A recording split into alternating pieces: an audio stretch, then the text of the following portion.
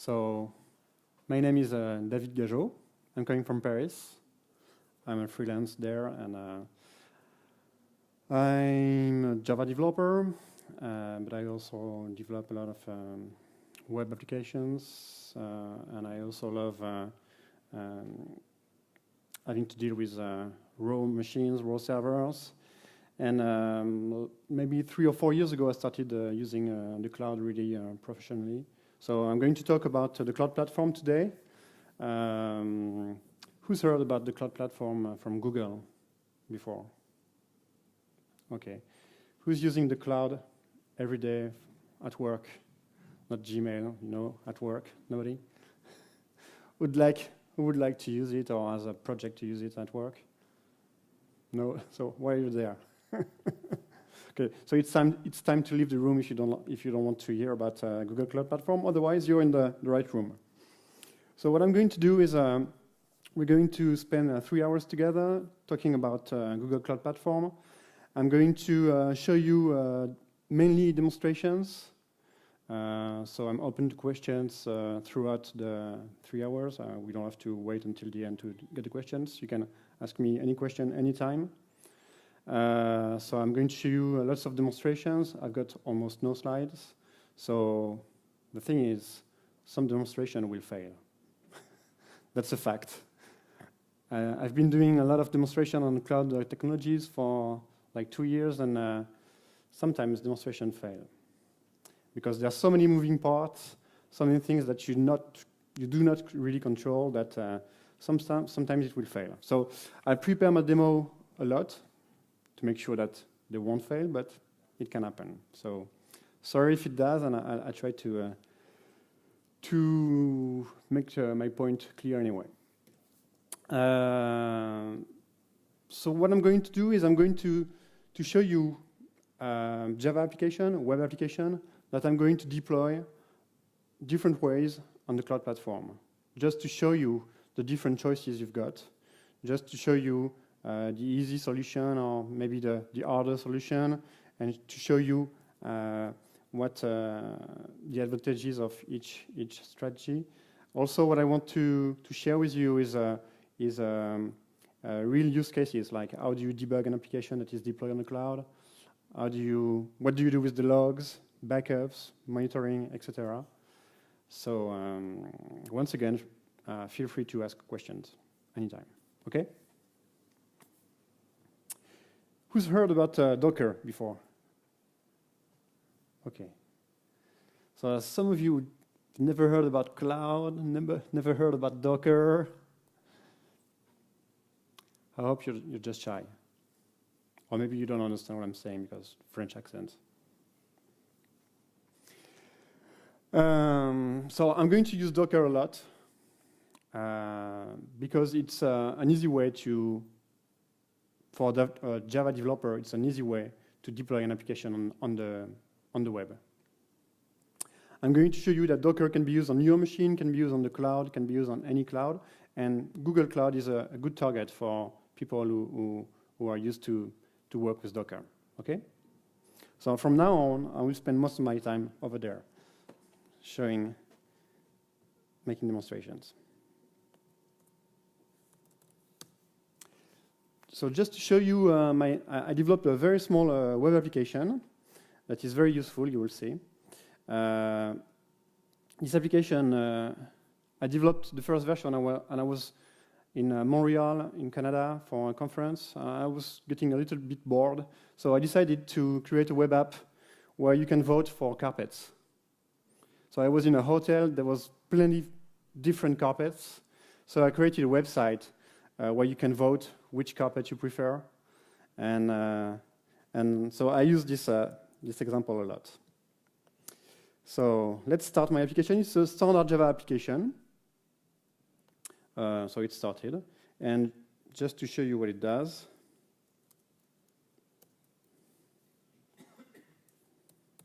So it's the carpet showdown, okay? So you just vote for which one you prefer, okay?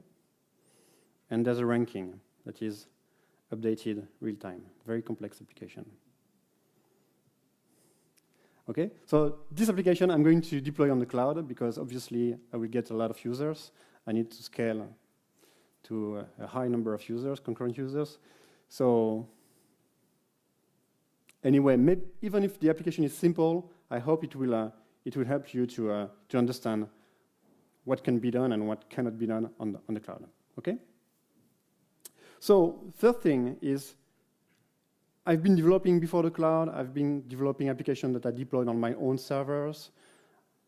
I've deployed applications on the cloud. And one thing I'm sure is that when I'm developing an application, I have to try as hard as possible to make it not link to any cloud platform.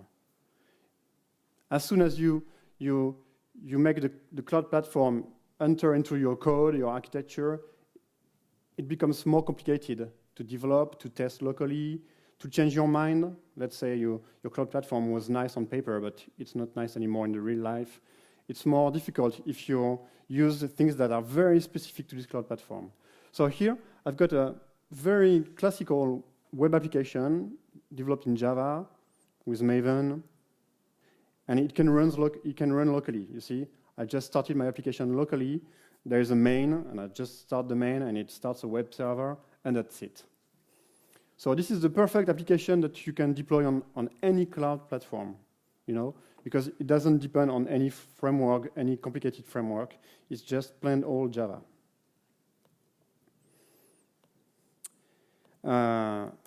But to make it easier to deploy on the cloud platform, I'm going to use Docker. So for those who don't know Docker, let me just show you what Docker is. Docker is, to my project, I just added this file, Docker file, and this Docker file describes a container that will contain my application, that will contain all the files that are needed to run my application. So shared libraries like the JDK, any configuration will be put inside this container, and this container will be the one that can run locally or on the cloud, on a platform as a service or infrastructure as a service. And I'm going to show you the different options.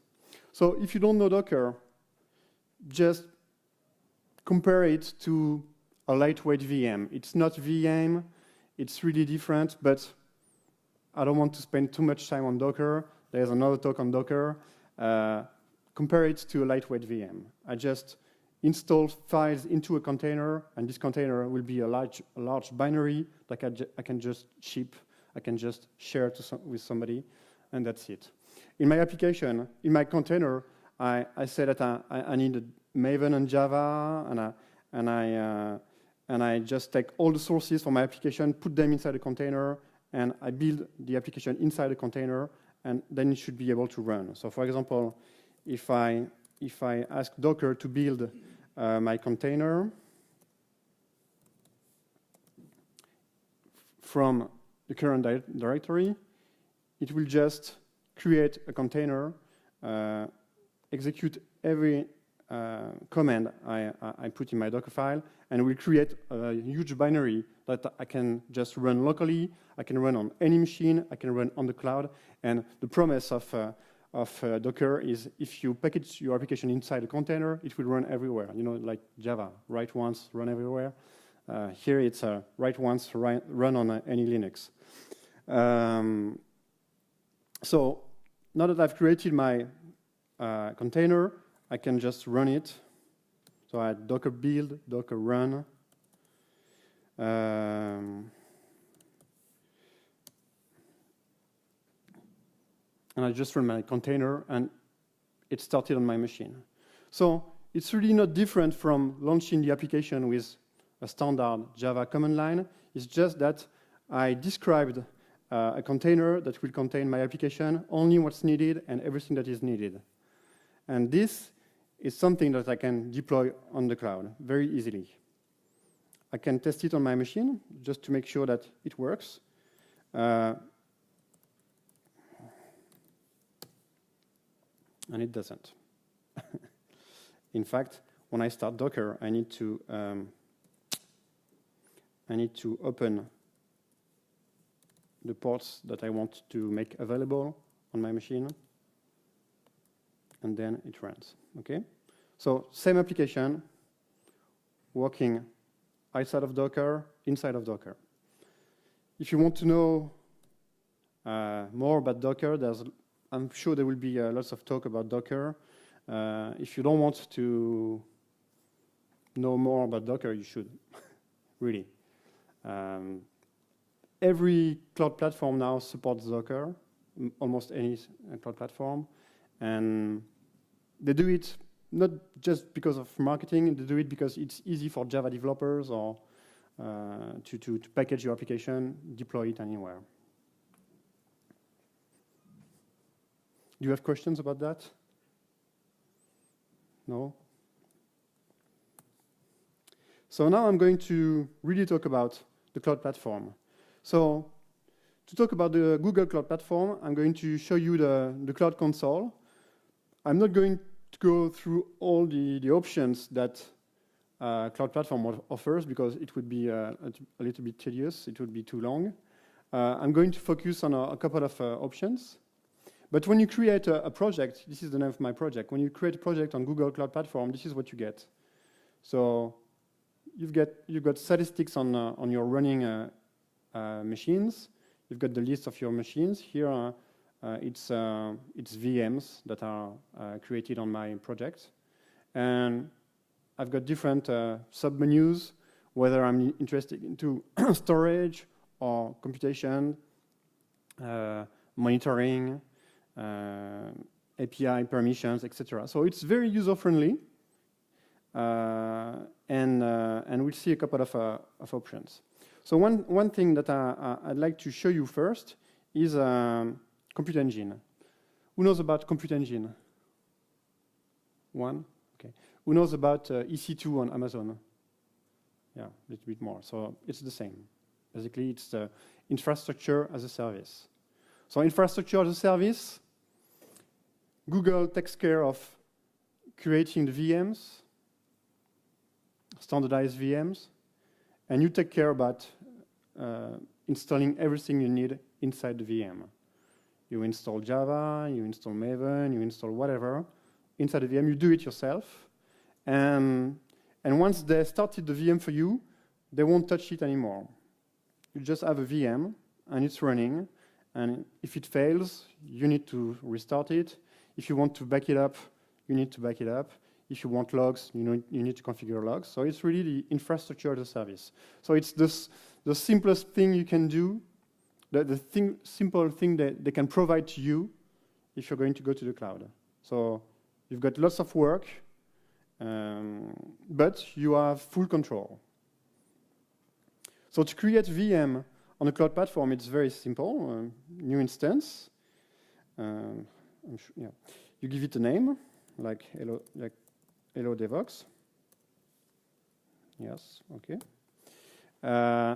You choose a zone. So depending on where your users are, you might want to choose a European zone or US zone.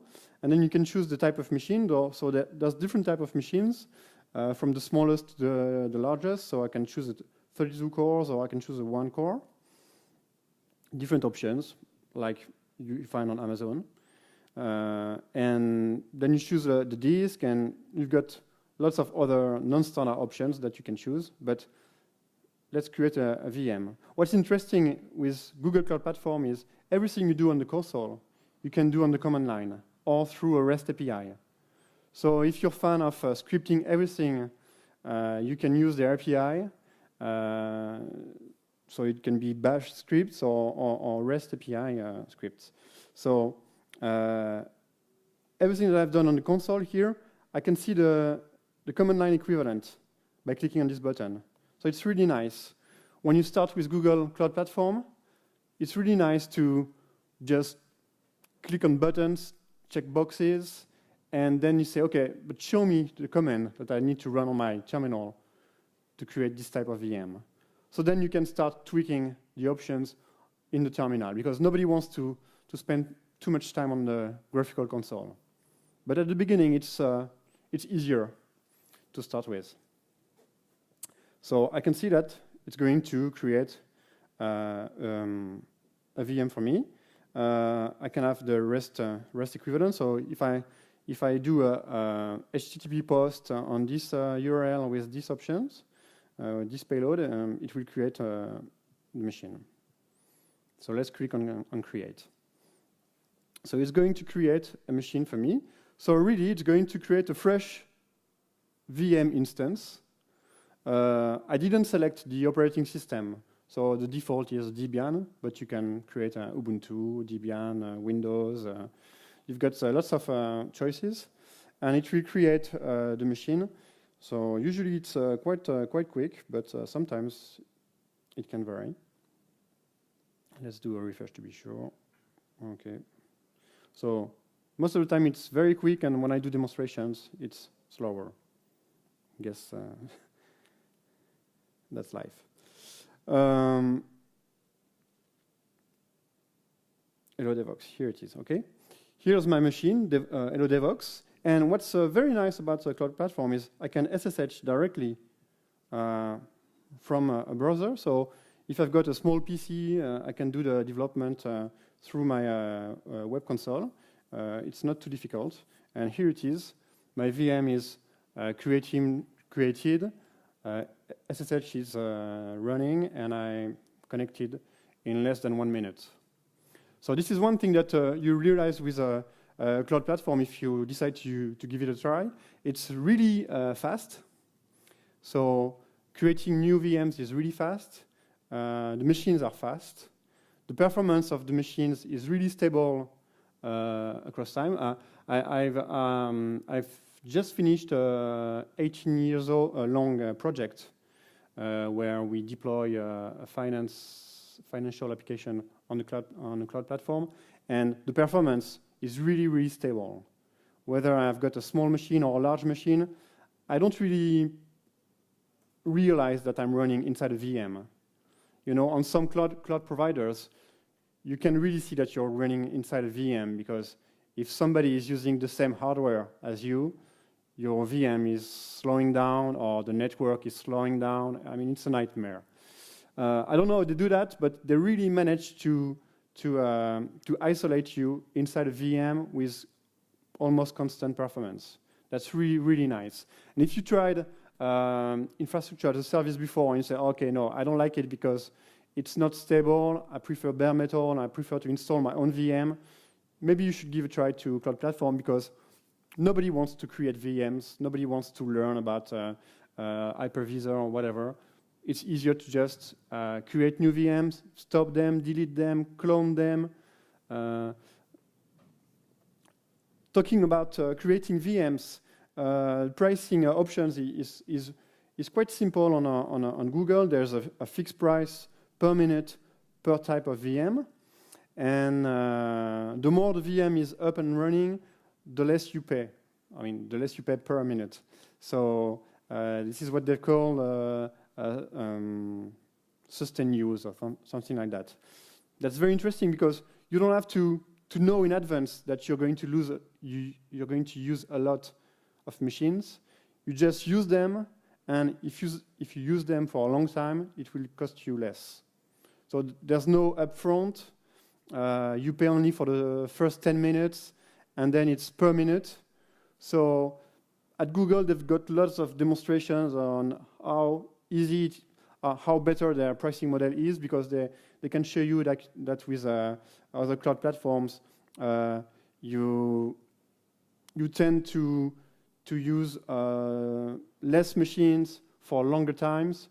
With their pricing model, you can just spawn a lot of machines, use them for 10 minutes, and you're billed for 10 minutes, and that's it. So it's really, they're really pushing you to use more machines, to really think as not in terms of machine, but in terms of data center. Your application should be distributed the way they are at Google. But of course, you can just in your that and create a big VM and put a big monolithic application inside and run it 24 hours per day. And that's nice too, because you get sustained prices, and you don't have to reserve any machine upfront. So that's nice. So you've seen connecting to my VM was quick, but there's not a lot install on my machine. So I could install Docker. I could manage the secure connection from my machine to this machine and then deploy my Docker containers. But I'm going to show you another tool that does it automatically, very easily. It's a tool called Docker Machine. Who's heard about Docker Machine? Nobody? Really? So Docker Machine is an open source project developed by the Docker guys. And the ideas of Docker Machine is a command line tool that will help you create new servers on any provider. And when you create a server, it will have Docker installed, Docker configured. And so you just say Docker Machine, create a machine on Amazon, create a machine on Google Cloud, create a machine on my VMware farm of servers, and it will create a new VM, configure it, configure the certificates, SSH, and you're up and running, and everything you can run on the command line with Docker on your machine, you can then run remotely on your server. And you can create as many servers as you want. You can administrate all these servers with a simple command line. So let me show you Docker Machine. It's open source, nothing to do with Google Cloud Platform, except that the Google guys, they developed a driver for Docker Machine. So now we're going to talk about long command lines. So I've got a cheat sheet somewhere. Up.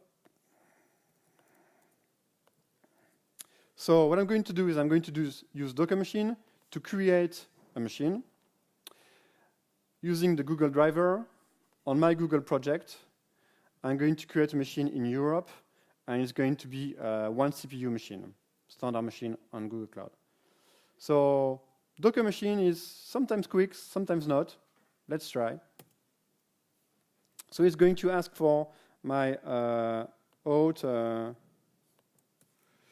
authentication, and then it's going to create an instance, wait for the instance, install Docker, configure the certificates, etc. So it's about 1 or 2 minutes long. And when it's done, you've got a machine running Docker daemon that you're ready to use from the command line. So it's not really different from what I've done like 5 minutes ago by creating my VM manually. It's just that it's one step further in terms of easiness. I mean, the server will be configured for me. I don't have to do it. So that's nice. And also, this command line will be very similar if I choose to change my cloud provider, or if I choose to change my cloud provider, or to have multiple cloud providers. So that's nice to have common tools that are supported by all cloud providers, right?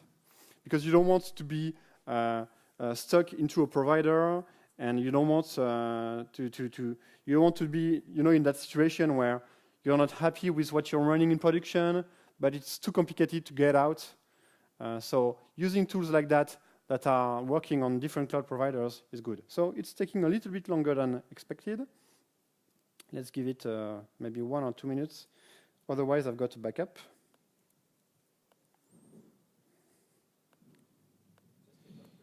Yes?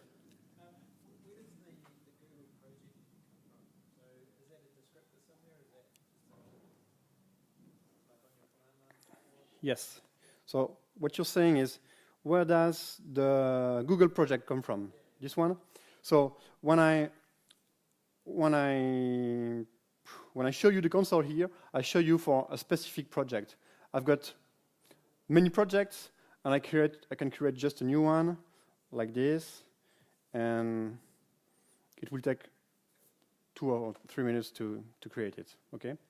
So right now the command line heard your question and decided to finish its job. So right now, it looks like I've got a Docker machine running. So the name is Carpet02. And if I want to connect my Docker command line to this machine, I can do that. Or I can do something like that. Let me do that. So here I will just run Docker, as I do on my machine, pass it a couple of options. So let's see what are the options that are passed. It's just a Docker machine that will tell Docker where is the machine, which certificate to use, etc., etc. And so if I do Docker PS, I can list all the processes, all the containers running on my remote machine on the cloud. Very easy. So Docker is running, it is configured, there's nothing running on this machine. So I can just, remember when I did this, I executed this command, Docker build on my machine to package my application and Docker run to run it. I can do exactly the same, but on my remote machine. So I've got the sources of my application on my machine, and I do Docker build in current directory with the options to point to Carpet 2 machine, and it will just take my sources, send it to the remote machine. It will download all the layers from my container, so it will download the base image that has Maven and Java installed. It will run all the commands that I put in my Docker file. It will take the sources, put it inside the container. It will run Maven inside the container. So it will take about 2 minutes. So let's see how it does. So it's really nice, Docker machine, to try a cloud provider, whether it's Google Cloud or not. Docker, they try to push Docker machine for production. I've never seen anybody use it for production, really. It's like a beta version. It's 0.3, I think. But still, it's very nice to learn, to try, and to start to understand Docker, start to understand how can I deal with a lot of machines that are not that are remote. Okay. Have you got any questions about that, Docker machine? So if you want to try Docker machine, you go on the GitHub of Docker, download Docker machine. There's Docker machine for Windows, Linux, and Mac OS, and just give it a try. It's really nice. So if you want to use it on Google Cloud Platform, you first need to create an account and then a project. And if you want to create a project, Google they offer credits for new projects, like something like 300 euros, dollars. I don't remember. And you can test their VMs, for example. So here I created my Docker container, and we're going to try to run it. Okay.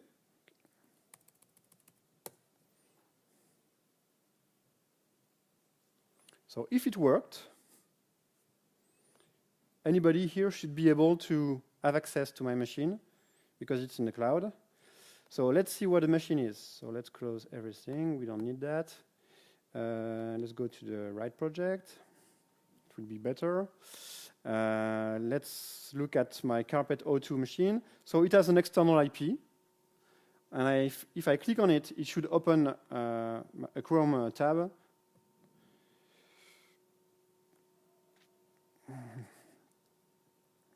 Of course, it doesn't work. What did I do wrong? The thing is, usually when I click here, it should tell me that I didn't open the firewall on port 80. And it does that every time, and not today. So that's good. It did yesterday. So I'm going to do it manually anyway. So I'm going to add a new tag to my machine. Just, I think, I never do it manually, so I think this is the right tag. So you can tag your machines, and based on tags, you can create firewall rules that applies to all the machines with a given number of tags. So it's really nice to work with firewall rules. So nobody likes firewall rules, but with that, it's quite easy. So we're going to see if it's if it really does work. Yes. So that's it. I deploy my application on the cloud, and it's working. Okay. So very easy. I talked a lot, but I just launched 2 commands. Docker machine create, 3 commands. Docker machine create to have a new VM, Docker build, Docker run. When I try locally, I just do Docker build, Docker run. So it's a tool set that makes it very easy to work locally or on the cloud. Okay? Yes, it works on your. So, do you have any questions about that? Do you like Docker now already? And do you find that Cloud Platform is fast and really delivers? I was really amazed the first time I created a new instance on a Cloud Platform, Google Cloud Platform project, because I was used to Amazon, where sometimes it takes long minutes to have a server up and running. Here it's very, very easy. It works? Yes. So, because we have so many people in the room, we will need to scale at some point during the session, so stay with me, we're going to scale. So there's something you have not seen in my application, but there's a backend to my application. So there's the web tier, and there's a database. Each time you vote for a carpet, it will store the information inside what Google call the Cloud Data Store. So the Cloud Data Store, to make it simple, is really a key value store with very advanced features. It will scale automatically. You don't have to think about the volume you're going to store, or you don't have to think about the number of queries you're going to send to the data store. It will just deal with it, and you will be billed depending on the volume and the complexity of the queries. But if you're developing a website that has a lot of traffic, the data store is really where you want to store your data, because it will scale depending on the traffic. So if you know Snapchat, they're running on the Google Cloud Platform, and they're storing their data mainly in the Cloud Data Store. So it's something like billions of images or whatever, and it scales a lot. So I'm pretty sure that for my game, I won't need that much scaling, but it's nice to know that we can put a lot of pressure on the database. So Google, they provide multiple databases. So at first, it's a little bit complicated to understand, because there's the data store, there's Bigtable, there's Cloud SQL, there's Cloud Storage. It's a little bit complicated. I mean, if you go to Amazon, it's the same. They've got like Dynamo, S3. They've got dozens of options. So Cloud SQL, I'm not going to talk about it. It's really managed SQL servers. So you've got MySQL servers. They are managed by Google, and you just store your data, and they deal with the backup. They deal with everything, the installation and everything. You just store your data with a standard JDBC driver. That's all I'm going to say. Cloud storage, it's really to store large files or small files, but it's a long-term storage like S3. So you can store your backup, you can store your logs, you can store things like that. You can also store websites and make them distributed with the CDN, Google CDN. So if you create, I think I've got a demonstration. Here I've got what they call a bucket. So it's on a different project. I've got a bucket somewhere, this one. This one is a bucket that is shared publicly. So every file inside that bucket has a public link. So if you go to this domain, the thing you see here are served from cloud storage with the CDN. So it's really the nearest server in your country or in your region that will serve the files. So it's very easy. You just use the command line to rsync your files inside a bucket. So it's really nice. I'm going to talk a little bit more about cloud storage later on. So data store is really a NoSQL key value store or column store. You've got different ways of using cloud data store. Here I just created entities that I called matches, and each time you vote for a carpet, it is stored here. And then there's Bigtable. Bigtable I'm going to skip, but I'm going to come back later on. Bigtable is a fantastic tool. It's something you don't find on any other cloud provider. It's SQL syntax to query petabytes of data. So if you've got huge set of data, or you've got, you can put all your logs, Wikipedia, whatever inside cloud storage. You just store it, and then BigQuery will help you query this data and find correlations, find information. It's going to help you mine your data with a SQL-like query language. So people, they know how to use SQL, and here it's a fully managed service that will make it easy to mine your data, regardless of the size of the data. So I'm going to show you how to use it for a real case scenario where I'm going to analyze the logs from my web app. A little bit later on, okay? So Bigtable, this is really something that you won't find anywhere else. It's really nice. So, Compute Engine. So I created a VM, and my application is working, and I did that in 5 minutes. Nice. So now, let's say I want to scale. So I've got different options. I'm going to use one option, which is I'm going to pre-allocate a cluster of machines. And on this cluster of machines, I'm going to deploy my application, the same web app, inside Docker containers.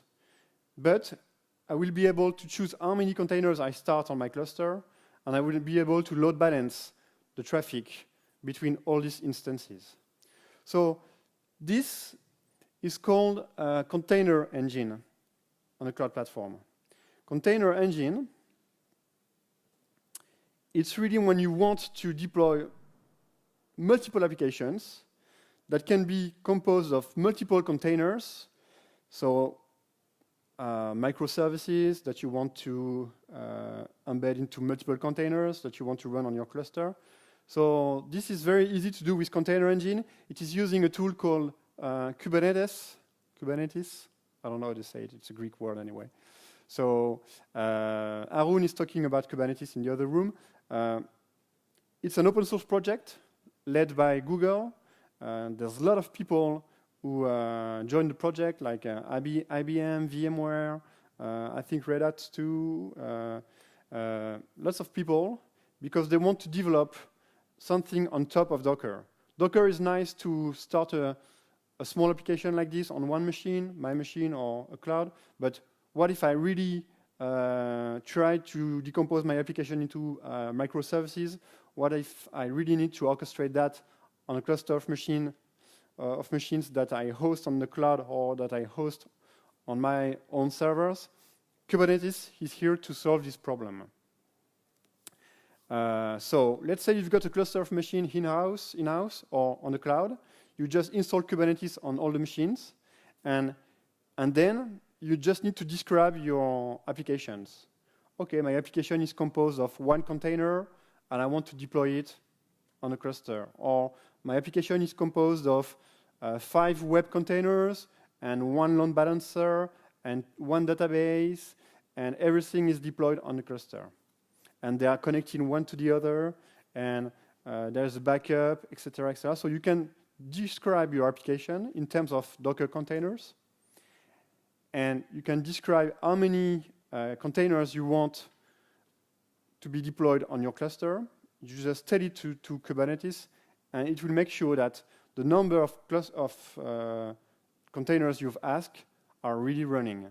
So let's say you say, okay, I want 5 containers of my web app deployed on the cluster, and there is 0 running. It will start 5 new containers. And then you can say, okay, now I want to scale up to 10. It will automatically find out that it needs to create 5 more. So you're not giving orders or comments to the cluster. You just describe your target. I want this to be running. Now make sure it does run. So Kubernetes will automatically poll for all the machines on the cluster to make sure that everything is working properly. It will restart new containers. It will respawn new containers on different machines so that your target and the reality are aligned. Okay? So it's really, really nice to use because you don't have to find out how many containers you want to start or to stop or which version or whatever. You just say, I want that to run on my cluster. So I'm going to show you how to do that. It's quite easy. So I created a cluster named Carpet, and this cluster is composed of 5 nodes. So each node is a VM. In my case, it's one CPU VM. So at the end, I've got 5 virtual CPUs and a total of 20 gig of memory decomposed into a cluster. So this is really the Google vision of a data center. They really want you to think about a data center as a huge machine. So let's say you create a cluster with 100 machines with 8 CPU. It will tell you, at the end of the day, what you've got is a big machine with 800 CPUs. They really want you to think like that because this is what they're doing. For years at Google, they've been deploying their applications with containers. They deploy, I think it's something like 2 million containers per week. I mean, this was like 1 year ago, so you can imagine now it exploded. So even before Docker, they were packaging their applications inside containers. So with Kubernetes, they want you to use the same technology that they use internally. So I think they released the white paper that describes their own infrastructure. It is called Borg. And so with Kubernetes, they're trying to replicate the Borg they've been using internally. So I created a cluster. It's quite simple. Now I need to describe what I want to run on my cluster. I'm going to show you exactly that. I'm going to open an editor. So you can do it through JSON files or YAML files, and I don't remember which one I choose. So I've got only 2 files to describe my application, how my application is deployed. So I've got one that is called a pod.yaml. So I use YAML syntax. So it will look a little bit complicated, but in fact, if you look at it, you might remember, you might spot things that you've seen already when I was running Docker. So at the end of the day, what I'm going to do is I'm going to run a container. So it's a Docker container. I'm going to give the name of the image I want to run on my cluster. Which image contains my web application? So here, when I made my demonstration, I was using the name test, but here I really have an image that I deployed somewhere in a registry, and this is where the cluster will take its images. I can pass environment variables to my containers, and I can put a replication factor. So at the beginning, let's say I want only 1 container on my whole cluster. This is a replication controller because later on I can choose to increase the number of nodes. And also I can give labels to my pod. So what's really interesting here is you can put key value, any key value labels, and it will be used later on for the load balancing. You will be able to say, okay, I want to load balance between all the containers which have this key value, and it makes it very easy to deal with a large number of machines, a large number of containers. You just put key values, and and with your own rules, and then it's very easy to load balance between all the containers that have the carpet label to Devox UK. Okay, so this is a pod. A pod is a group of containers. Here, I will start only one container. But I could start on one machine, multiple containers that are linked one with the other. If I really go to the microservice lane, this is what I would do. So I would just list all the containers that compose a pod. A pod is containers that are better when they are running on the same machine. You know, containers that will communicate one with the other very often. You don't want to put them on multiple machines. So sometimes it makes sense to create a pod and deploy multiple pods on multiple machines. And then we need something that Kubernetes, they call a service. I'm going to use a load balancer service. So here it's very easy. I'm just going to say, okay, I want to create a load balancer service that load balances all the pods that have the label carpet equal to Devox UK, and all the pods, they are running on port 8080, and I want to expose it as a port 80. So to make it clear, what I'm going to do is I'm going to deploy one or multiple Docker containers that are running on port 8080, and I'm going to ask the cluster to run a service somewhere. I don't really know what it is. A service that will take all the inbound queries and will distribute it across all these containers. Is it clear? So to deploy it, it's very easy. Very easy, but I never remember the commands. Kubernetes, create. I'm going to create first the service.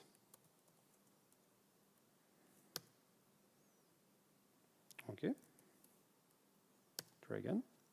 And I'm going to deploy the pod. That's it. I ask my cluster to deploy this pod and service, and that's it. I don't know if it's already deployed or not, but it will make sure at some point that it is deployed. So I can ask the cluster for example, to list the services. So it will list all the services that are running on my cluster. So there's a couple of standard services that are pre-installed on the cluster, and there's my service. And I can do the same with pods. So there's a lot of pods that are deployed to enable global handling of logs, for example. So here, FluentD Cloud Logging is installed on each machine because it will collect all the logs and send it somewhere. And also, there is my pod running here. So it's a little bit complicated because of the size of the screen, but you can try again. Yeah, not better. Anyway, there's my carpet container deployed, and it's running.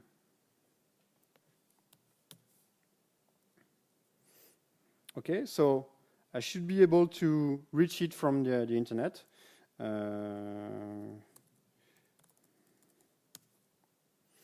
Let me remember the command to use.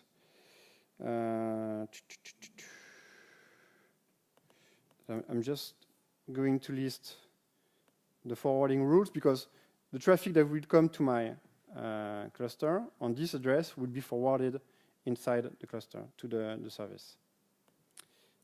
Let's try again. Yes. So you can use this address to play with yet another version of my application. Okay?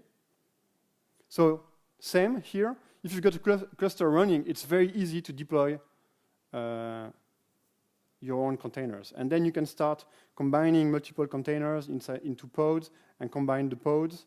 I've got a demonstration like that. I'm not sure I'm going to run it, but it runs 100 pods, different pods. And in fact, it's each pod knows only the next one, and you post to one pod, and it will communicate through the ring and come back to the original one. And it's all done by DNS discovery. You don't have to think about it. You don't have to do complex things. It's just that each machine, they get the DNS address for the next machine. It's very easy to configure. You've got a configuration file that is not more complicated than the one I show you. So if you've got multiple applications that you want to deploy and some application that you want to scale, it's very easy to use Kubernetes on your own machines or on the cloud platform. On the cloud platform, it's managed for you. So Kubernetes is deployed, it's running, the monitoring is working, everything is backed up and the logging is enabled. So let's take a look at the logging. So we didn't go into this section here. Logs. But you can ask for the Kubernetes logs. So for example here. So I can see all the carpet pods, they all send their logs through the log console inside the developers console. So you can see that a server started on this machine. So it's JSON objects that wrap the log output. So then you can query the logs, and I show you how to do that.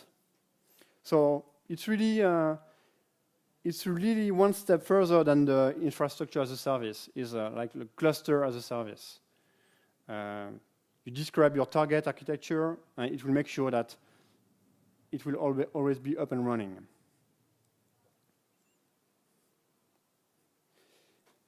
I'm going to try to show you what's going on when I increase the replication factor. So when I say to Kubernetes, okay, so I want more of this node running on my cluster because I've got more users, so I need to scale up. So let's see if I'm able to do that. First, I'm going to start a Kubernetes proxy. What is nice with all the tools that they develop at Google is there is an API. And the Kubernetes API will notify you of all the events on the cluster. A machine is starting, a machine is stopped, failed, a pod was deployed, created, a new service, everything you can be notified. And with Kubernetes proxy, I run on my machine a proxy that received all the events from my cluster. And so I should be able to do something like that and see graphically all the nodes that are running on my cluster.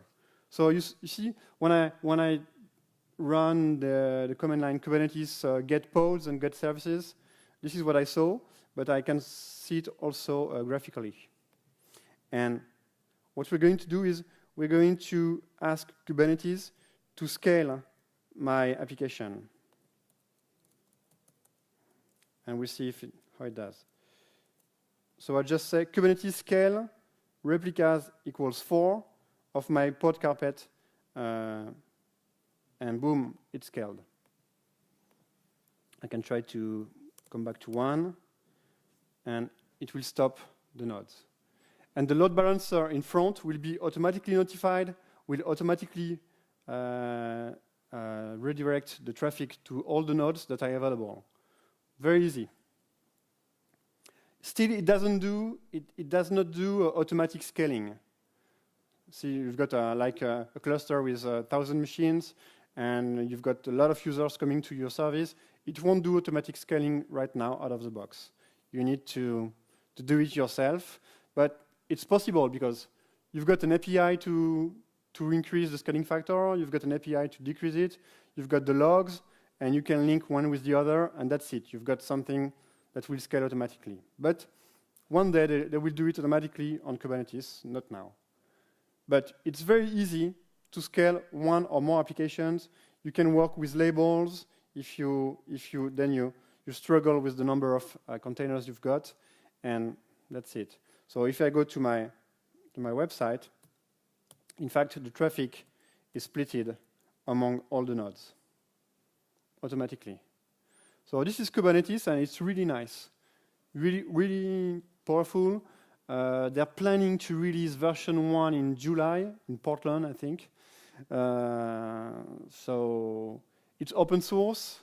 There's a lot of traction on this project. So you can try it locally on your machine. You can try it on the cloud, and Google Cloud Platform is really a good way to try it. Have you got any question about that? No? Yeah. Oh yeah, one question. I love questions. Web application with sessions. How do you scale with this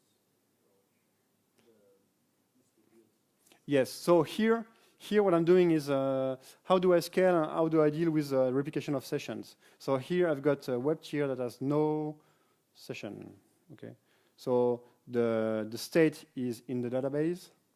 So when I vote, I just put the data into the database, and each node will poll the database for new votes that were done on other nodes. So I don't have to deal with session replication anytime.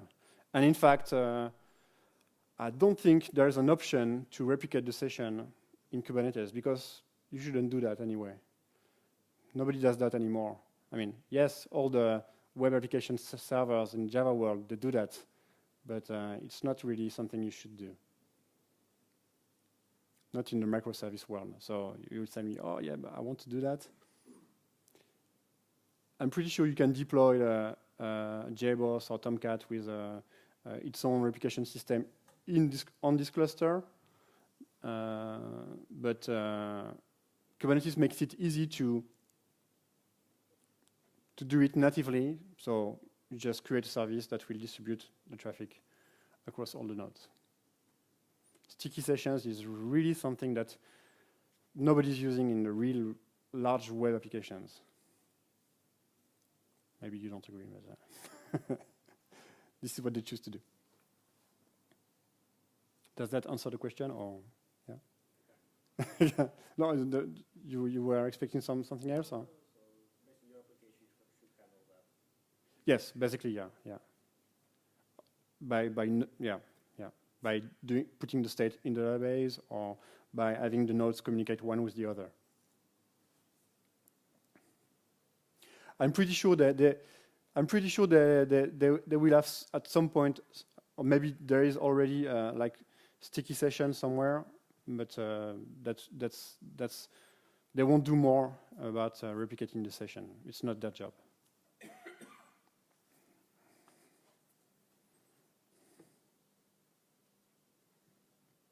Okay. So that's how you deploy simple applications. But now, in the real life, okay, you've got an application that is deployed. Okay, you can scale it manually, but you would really like for the application to scale automatically. You would really like to deal with logs. What do you do with logs? If the volume of log is important, what do you do? Also, sometimes you would like to debug your application live. Have you tried to debug an application that is deployed on the cloud live? You can do that on Cloud Platform. I tried it already in real production, and it's quite nice to be able to do that. It's not something that you will do often, but sometimes there's a bug and you just want to know right now what's going on, and you want to do it without having any impact on the users. And you don't want to deploy a new version because, you know, with logs enable or whatever, you want it to do on the version that is buggy in production. And also logs, you don't want something complicated to deal with logs. You want to create your logs with something that you're used to use. So I'm going to show you how to do that. But before, I'm going to talk about App Engine. Who's heard about App Engine? So App Engine is the platform as a service that Google has been offering since day one. In fact, they really started by offering a platform as a service with App Engine, and it's only really recently that they offered infrastructure as a service.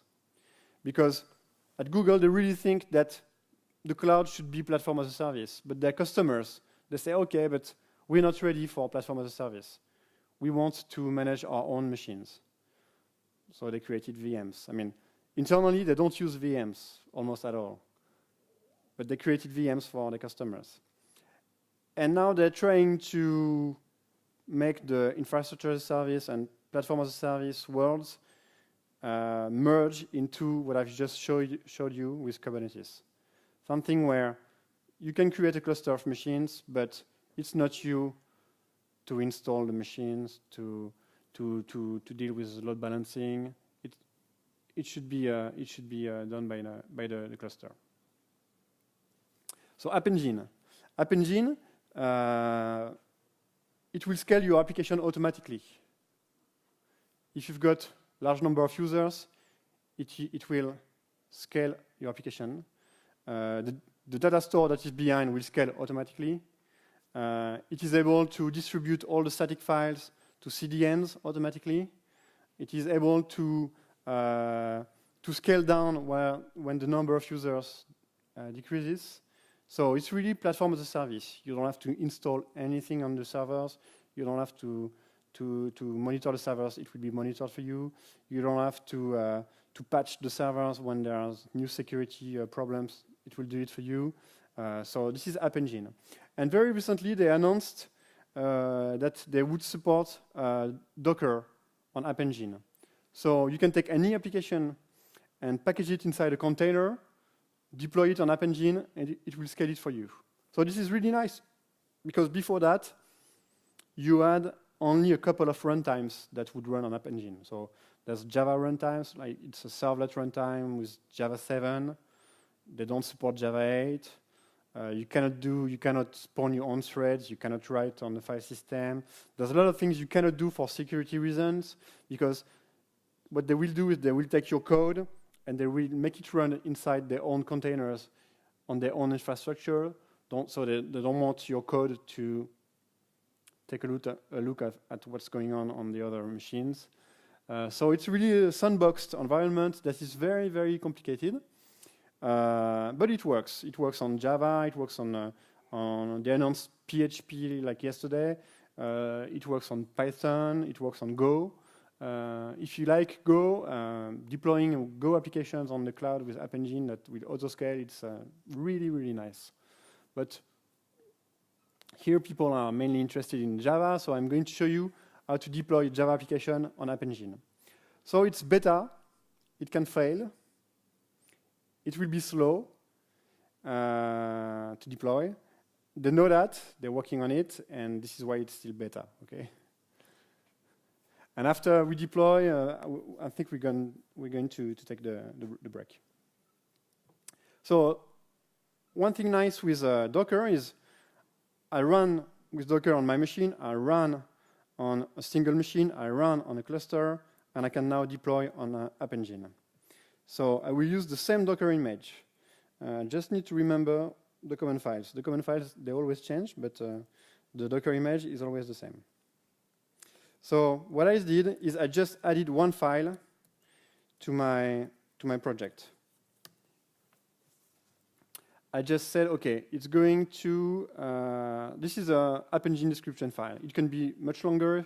There's a lot of options you can tweak. But here what I'm going to do is I'm going to say, okay, this is an application that will scale manually with only one instance. It will be backed by VMs, and it's custom runtime. I don't want Google to do anything with that. I will deploy what I want. It's my Docker file. I will deploy any image. You can put C code. You can put anything that runs on Linux. You can put inside a container. So you are not bound anymore to the sandbox of App Engine. You can install native libraries. You can write on the file system. You can do anything. Anything you can do with Docker, you can run on App Engine. So that's it. I created just that, and it's quite easy to preview what's going on if you deploy it on App Engine. So I'm going to start gcloud preview app run. So it's a long command line, but in fact I'm going the app command, which is App Engine. It's in preview mode. It's not yet GA, and I'm going to run it locally using this file. And so what it's going to do is going to build the Docker container. I showed you how to do that. And it's going to run it behind a proxy on my machine. And of course it fails. Yes, because there's something already running on port 8080 somewhere.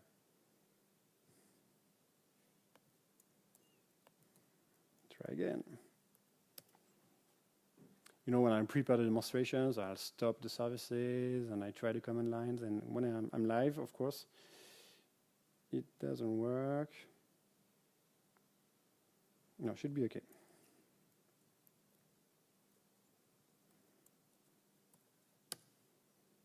Okay. So still, same application, deployed the App Engine way. So it's running on my machine. It's not yet deployed. To deploy it, I need to change a bit my command, and I need to say deploy. So the deployment is what takes a long time. So maybe I'm going to let this part running. If you've got a question about App Engine, I'm happy to answer. So App Engine is really the platform as a service. So if you don't know anything about the cloud, you should look at platform as a service. This is every serious cloud provider, they provide platform as a service. Because at the end of the day, you don't want developers to deal with security, which version to use, to patch. You don't want to monitor your services yourself. You don't want to restart your services yourself. You really need to rely on somebody like Google or Amazon to do it. And so you should really try to use a platform as a service. Snapchat, I think it's the best demonstration. They scale to billions of users, and there's no admin at Snapchat. They have no servers. They just do nothing. They deploy, I think it's partly Python and a bit of Java. They deploy it on App Engine, and it scales. And if there's a problem on Sunday at midnight, it's the Google engineers that need to wake up and fix the problem. It's not the Snapchat engineers. Or maybe a bit. Maybe they get notified, but they don't have to solve the problem. And that really makes the difference. If you've got even a small application, you don't want to install the machine, you don't want to install Docker, you don't want to run the machine, you don't want to monitor it, anything. You don't want to do anything. You just want your users to click on the carpet, and that's it, right? So this is what App Engine offers. So I should have started with verbose or debug mode, but let's see if we've got one version running. So I can go to the App Engine dashboard and list all my applications. So I've got an application running. In fact, I can see that people have used it already, so I think it's me. I've got multiple versions. Oh no, here I've got only one version, but I can have multiple versions of the same application deployed. And I can switch from one to the other transparently. And I can do traffic splitting also. Let's say I want 1% of my users to go to this new version, and the 99% to go to the other version, and I can monitor the logs, and if the logs are okay, if there's no error, I can then increase the number of people I send to the new version. It's really the way to do continuous deployment. You really want to deploy your application after it passes all the tests, but then the last tests are really the users, and you want to have a small portion of your users facing the new application. This is very funny because at the beginning of App Engine, you could define the percentage of users you want to send to the new version in terms of percent with no decimal points. And Snapchat, they said, okay, that's nice, but 1% of our users is too many. So they had to think about it, and so that you don't have to think about it. So traffic splitting, it's really something you want to start using, and once you've started, you can test different scenarios, you can test different versions of your applications. It's really nice. So I told you it was slow, right? I told you, so it is slow. Okay, so now I've got two versions. So let's see if I can do the traffic splitting just to show you. the two versions are the same, so you will not really see the traffic splitting anyway. But I can have 1% of the user going to this version, and I can base the splitting on the IP address or a cookie that I will send to the users. Okay. So now my application is running. It's deployed. Okay. What's nice with App Engine is I can give a URL. Okay, this one is not working. That's nice too. What did I do? Okay, anyway. For my demonstration, this version should work. But imagine that this works. You can send the URL to some users and ask them to test a version that is deployed, but that is not really facing the users. So this is really nice, and you can keep as many versions as you want. So you can have very old versions, they will still be running. There are some people who tried App Engine like in 2008 or 9 or at the beginning of App Engine, and they still have versions they deployed almost 10 years ago, and it's running. And if you go to the URL, it's the application. That's nice. So they do better than me because I just deployed a version and I cannot use it. But anyway, yes, it's running. Okay. So I've got two different versions running. In fact, it's using the same data store. So I think they should be synchronized. So if I vote a lot, come on, where is that? So if I vote a lot, sometimes this one should synchronize. Oh, yes, it is synchronized, you see. So the state is in the database. So I can really have different versions deployed, and you should do that. It's really something you should try. And then this will, each time somebody has access to your application, it will produce logs that are visible here. So I didn't configure anything in my application. I just have logs, request logs enabled, and everything that I print on the console should be also available somewhere here. Okay, so each time somebody votes on my application, let's find out. You can vote if you want. This is the URL, and if you go to logs, you go to std out. You will see the logs.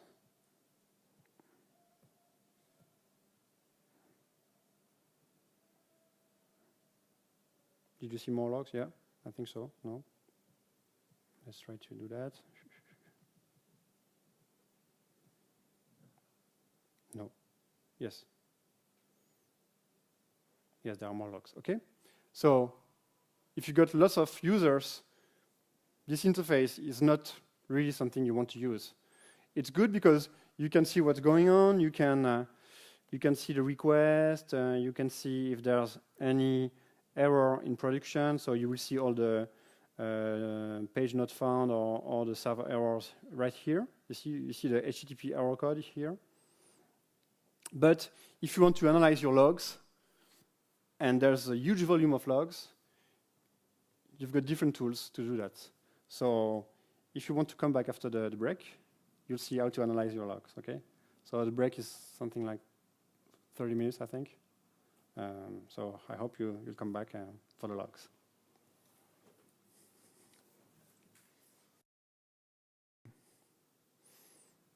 So we lost a couple of people during the break. So to sum up what we saw how to deploy an application on the cloud quite easily using different techniques. All of those techniques, they have something in common. It's Docker. So if you need to remember something, it's Docker support on Google Cloud Platform is really good, and you should take a look at Docker if you haven't done it yet, because I think it's the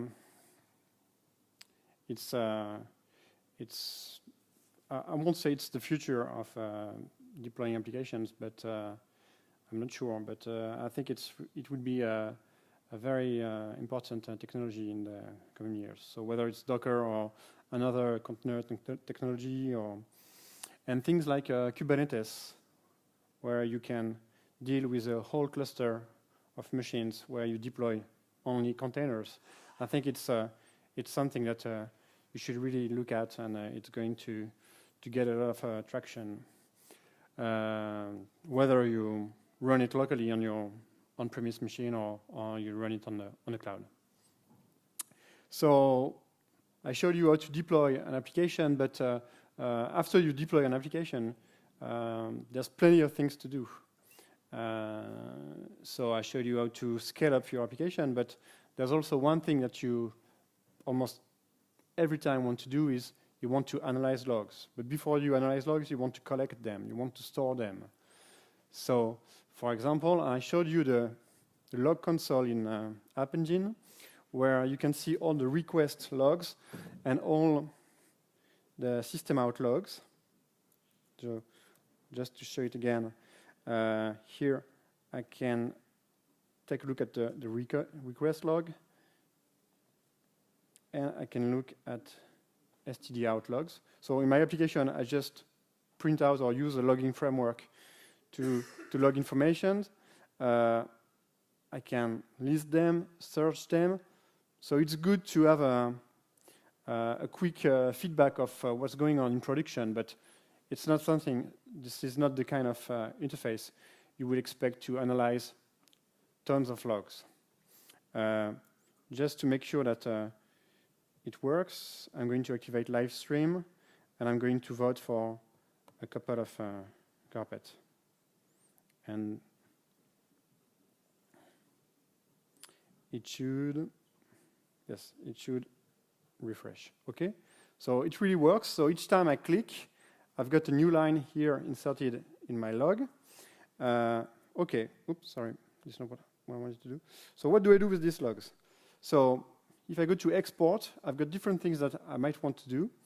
I might want to save the logs into a Google Cloud Storage bucket, just daily logs as a plain file. I might want to extract that later, analyze it with my own tools, or just have a backup of the logs or a backup of the access files. I might want to do that. I can also use PubSub. So PubSub it's queues and topics that are managed by Google infrastructure, where I can push data and have other parts of my architecture being notified. But also, what I can do is I can stream all my logs to BigQuery. So this is what I'm going to show you.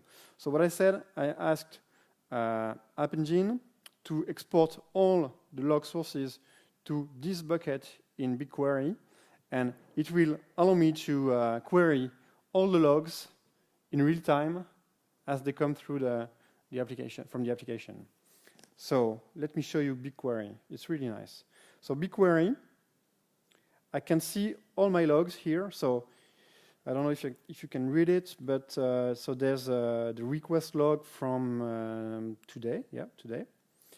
There's the request log from yesterday. No, so this is the std out, and this is the std out from today. So let's take a look at the std out from today. So it's really a structure. It's really a table like you would expect from a SQL table. So it's got columns. It's got each column's got a type. You can describe the field. So it's really a schema. So BigQuery, you've got a schema. And because you've got a schema, it's very easy to query, and you can use a syntax that is very, very similar to SQL, but that will scale in the background. So for example, I can count how many outputs I got today in my logs. So I got about 4,400 votes. Okay, I can list them, so I can list all the fields. Okay, so here I can list all the fields. So the schema of the table was configured by the App Engine exporter. So what you can see is a unique ID, where the log comes from. There's a timestamp, there's a severity, there's the project. So a couple of metadata, which zone does it come from, and then for each log, you've got module ID, the version ID, the resource type, etc., etc. And you've got the payload, the text payload. So this is the actual string. I output it into the console. Okay. So I told you the logs were streamed. So if I count the logs and click on my application, or if you do, let's open the application and click a little bit. Okay, when I run the query, it updates automatically. So I've got all my logs updated real time, and I can query them while I got new logs. Okay, I can query either one log file or a number of log files, depending on the name of the log files or depending on the dates. So this is very useful to query my logs. For example, here I created a view that, let's see if we can see the query of the view. Okay, up, here it is. So this is a view. Oh, it's going to be complicated. Okay, this is a view that queries my raw logs and extract the second column, the third one, fourth, 5, 6, etc. from all the logs between the 16th and the 19th, and only the lines where the text payload contains the word match. Okay, so I created this query. I can run it. So here I just took my raw data and decomposed it into multiple fields. So I can see the text payload, the original payload. And in fact, what I do is I take all the fields here and create a new column for it. And then I create a table for that. So the table, I can just, it's a view. I can just query it, and I can say, OK, show me the number of votes. OK, show me all the columns. Show me who's the winner, who's the loser. Okay, so this is real time. And this is here with like 1,000 of lines, but it is real time with a billion of lines. I will show you with much bigger data sets. It's very impressive. So how does it work? So you've got this SQL-like query language, and in the background, it will decompose your query into multiple operations, something that you can relate to MapReduce. It's not really MapReduce, but you can think about it like a MapReduce. So you've got tons of data. It's going to work on small chunk of data, collect all the results, aggregate the results, and give you the result at the end, like if nothing happened. It just spawns servers or containers, dispatch the data, collected everything, and it will show you the result. And there's a caching mechanism, etc. Very clever way to access the data, index the data. And because you've got a schema, it is able to understand what's the best way to query the huge amount of data. Okay? So now that I have a view that will transform my raw logs into more functional logs, I can query these logs. And for example, I created another view where I just want to see the winners, how many wins they've got, and against how many opponents they won. So I can just start mining my data, and everything is done real time. So if I click again, this data will change, obviously. So I don't know if you've seen things like that, but as soon as you've got like billions of rows, it's very complicated to have something that looks like BigQuery. In fact, BigQuery is one of those products that I've seen nowhere. Let's see what we can do with that.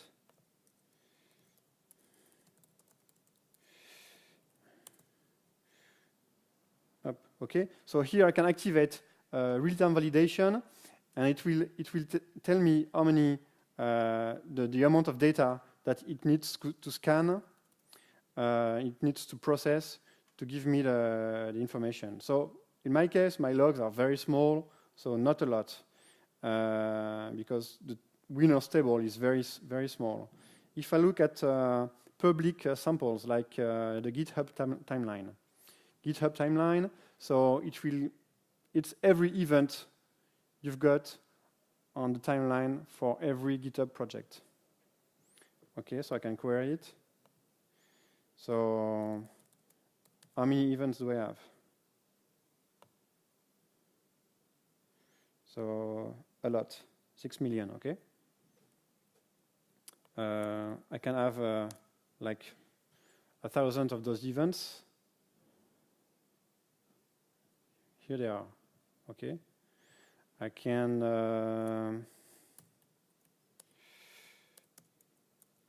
select based on, let's say, the repository owner. Repository owner, so me.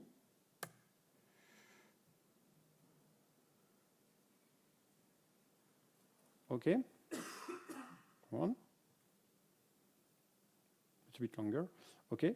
So it processed 4 gigabytes of data, and this is all the repository that I created, that I've ever created, and all the actions that I've done on my repository, because in fact, each line is one action. If somebody started my repo, if somebody created the repo, deleted, forked, whatever. So what I can do is I can, for example, if I just want the list of repository, I can group by repository. Yep. I can group by a repository URL, for example, and then I can list all my URLs. Okay. So you can really start to mine the data with a query time that is almost constant. You've seen all my queries, whether it's big, small, very big, it's always like 5 to 10 seconds. It's very stable. I can multiply the data by 1,000. It will still be in this order of in this amount of this amount of time. And also, you can give this tool to somebody who doesn't understand anything about computers, or just give him a structure with things that make sense in a business way, and you can be sure that he already knows how to run SQL inside an Excel spreadsheet or whatever, and he will very quickly understand how to query the data. And in fact, if you've got Excel or Tableau or tools like that, they can integrate with BigQuery. And so you can query huge data sets with Tableau, Excel, with the tools that the users already know how to use.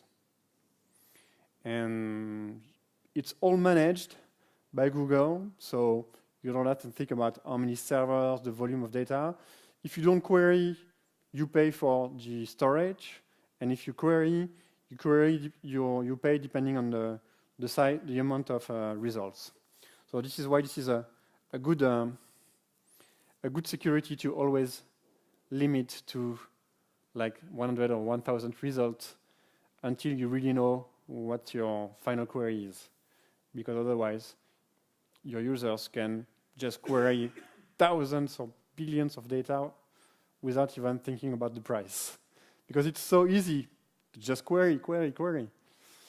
So it's really a different way of thinking about data mining. You know, you've seen all these projects of data mining where we need to build an OLAP cube and views and reports or whatever, and you need to think about it ahead of time. Here you just give raw data and you can query it in a very efficient manner. So it works for your logs, it works for any kind of data, and in fact, anything you can, let's go back to the logs. All the logs for App Engine or Compute Engine, for my cluster, they can all be streamed to BigQuery. Everything that I can push to PubSub can come from one part of my application and be dumped into BigQuery, so I can really analyze anything, and don't really care about the cost until I really want to use it. Do you have questions about that? Yeah? Do you have to format your logs so that they can feed into this? No, not at all.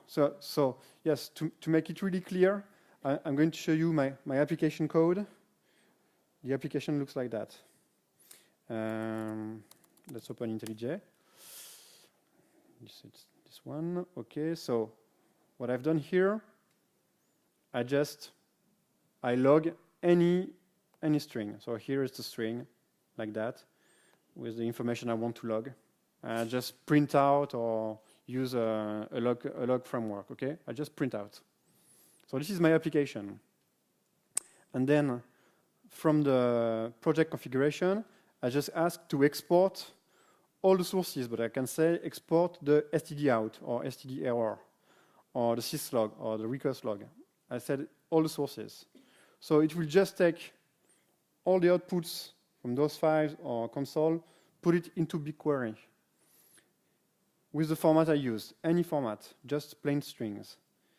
And maybe I was not very clear, but here I find the daily dump of all my information with the format I used. And this is where I created a view that takes row by row and extracts the data to find out real columns. So here I just created a view that formats my data afterwards. So I don't have to think about it before. If I add new columns, I can add them later on. It's not a problem. So you cannot put anything you want.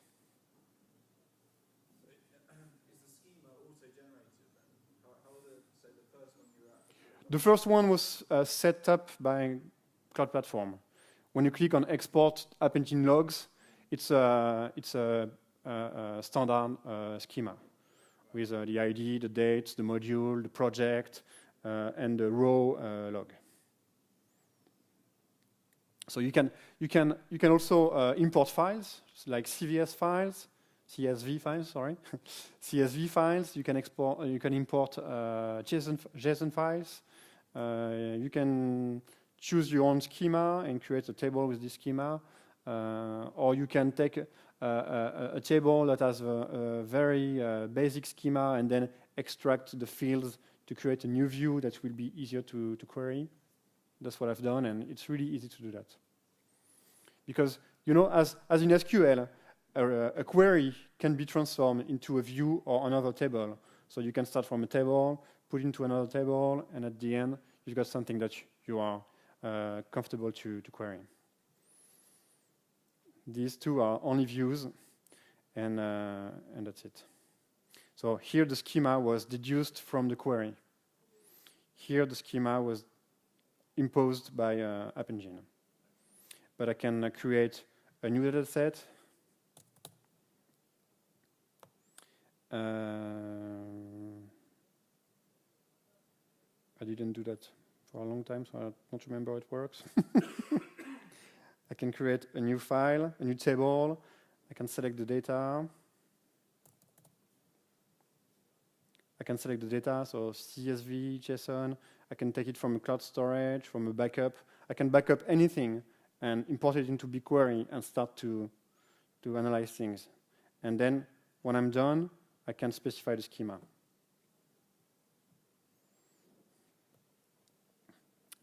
Other questions? So to me, BigQuery is really something that is both very impressive when you see it work on large data sets, but also is very difficult for users to really grasp. It's really easy to use, but there's the pricing. I mean, they say, okay, so I'm going to query, and it's going to cost. And it's going to cost what, depending on the queries. So it's a little bit, it's so different to what they're used to do that at the beginning it's a little bit complicated. But it's complicated for the managers, the one who pays, but for the users, they really see the power very, very quickly. And if you, at the end of the day, you analyze what it would cost you to set up an infrastructure, to set up, to monitor, to maintain an infrastructure, to analyze all those logs with and store the data, analyze it with similar timings, it will be much more expensive. One of my friends who's running a startup in Germany, he once told Google, your tool is too good. I'm ready to pay 10 times the price for the same service. And what they've done is they reduced the price. But yeah, it's amazing. I don't know anybody running something in production with Google Cloud that is not using BigQuery for something, even a very simple thing. Because, I mean, if you've got logs like mine, it's good. If you've got big logs, it's good. You don't care. So this is a real case scenario, and if you want to play with BigQuery, you can look at those data sets. Which query table? There's plenty to play with. So this one is a little bit bigger. Okay, so 135 million. Wikipedia, I think it's quite interesting too. Yeah. Almost 1 billion. And you can search things in Wikipedia with this tool. Because here it's demonstration data sets that Google maintain. But you can already play with it and have fun. Okay? So you've got the logs. You've deployed. You can scale. And sometimes things go wrong. Sometimes. I don't know for you, but sometimes for me it goes wrong in production. It happened to me once. So what do you do when you've got problems? So you can analyze the logs. So we've seen you've got a nice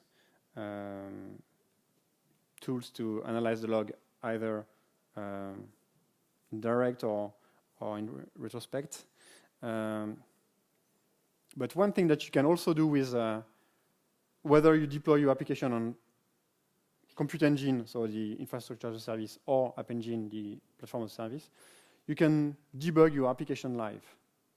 So you just look at the source code of your application, you put a breakpoint, and when somebody somewhere hits that breakpoint, you get the stack trace, the variables, and you can try to understand what's going on in production.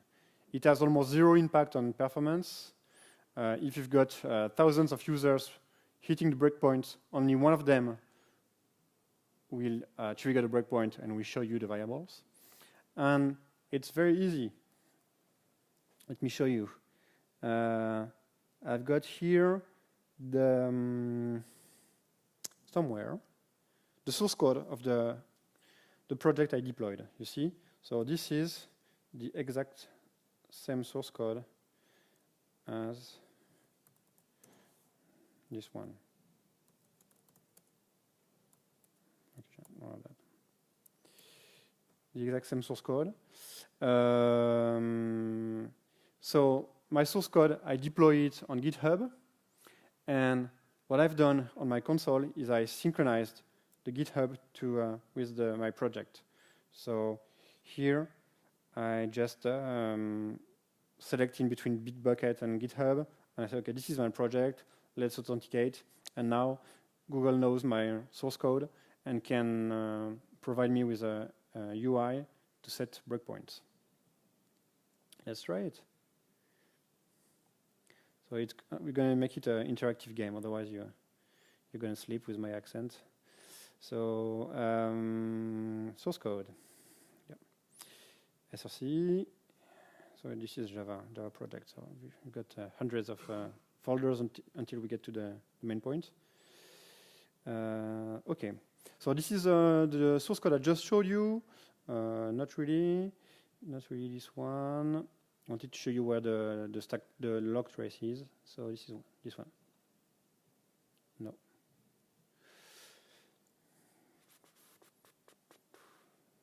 Okay, here. Okay. So this is the code I showed you in IntelliJ. So this is where I do the log. So if I enter here, it means that somebody posted a vote on the website, and I can set up a breakpoint. Okay, so it will ask me on which branch I want to work, because it doesn't really know which branch I deployed. So, oh, come on. Sorry. Try again. Devox UK, because I changed the hierarchy of classes. So I'm in the branch Devox UK, and I want to set up a breakpoint here. Okay, so now it's waiting to take a snapshot. So the running application will not stop, and if you open the website and vote,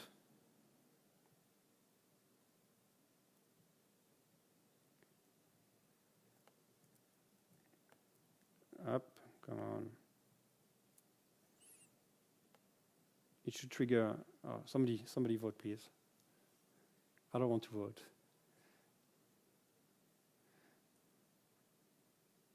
I don't know which carpet I prefer.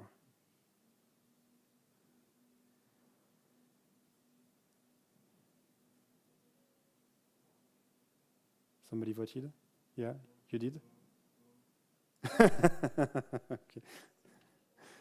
I don't know. Let's try this one. Okay, so that's a nice effect, because I'm not.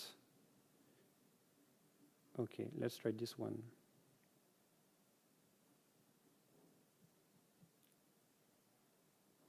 Okay, so this is the demo effect. So, demonstration effect, try again. So, this is the correct branch. This is the correct file. I'm going to take a snapshot, click on line number. Okay. Try again. So obviously this is not the good code. Sorry.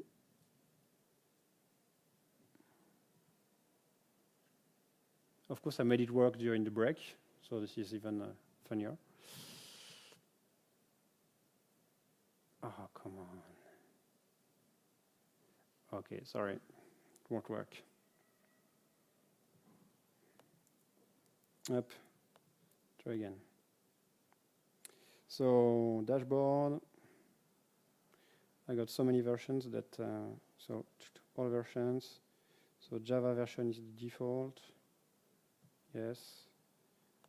Okay.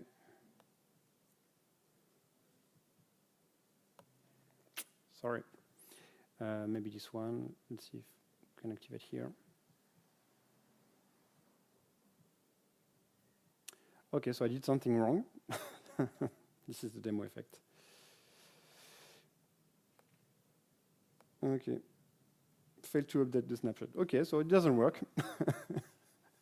The thing is, what it does when it works, it will capture all the variables inside the method, the stack trace, and so that you can really try to understand what's going on. This is a little bit more interesting than the logs, because if you forgot to add a log somewhere, you can use this snapshot to analyze, to try to understand what's going on. And I used it already on one real application in production, where we had the two options. We could either take the source code, add logs, and redeploy, or we could just connect to the application running live, set up a breakpoint, and try to figure out what's going on. So we choose this scenario, and it worked quite well. So much better than now. Let's try it one more time. Okay, so Devox UK. Am I really on Devox UK? Yes. The code is pushed. Yes. Java.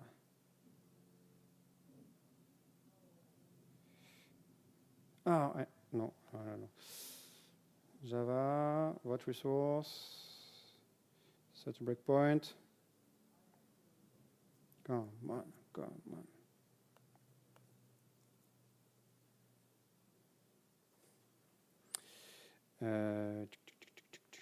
Dashboard.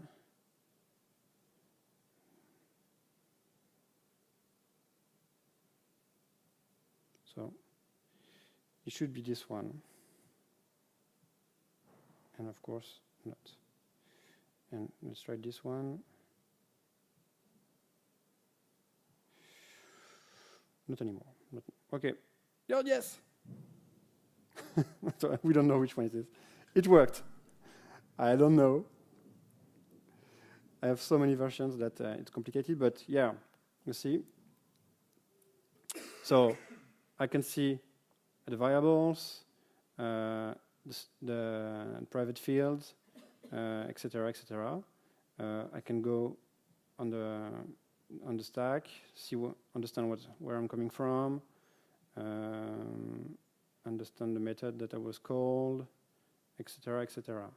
So I can put conditions to make sure that my breakpoint is triggered in certain conditions. Okay. So what you've seen is it's a little bit complicated to use when you've got multiple versions in production, where you've got multiple branches in your GitHub. The way I configure it, it doesn't know which version from GitHub is deployed under which version in App Engine.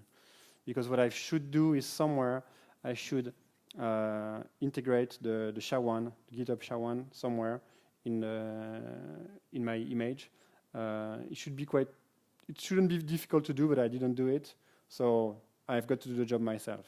So I need to, it will tell me that he is not sure that the revision I'm using here, I'm browsing, is the one that is deployed. So obviously he was, I should have been warned, and I was, okay? So this works on, whether you deploy on App Engine or Compute Engine or Kubernetes, you can really, in fact, what you do is you start your Java process with a Java agent. Let me show you. So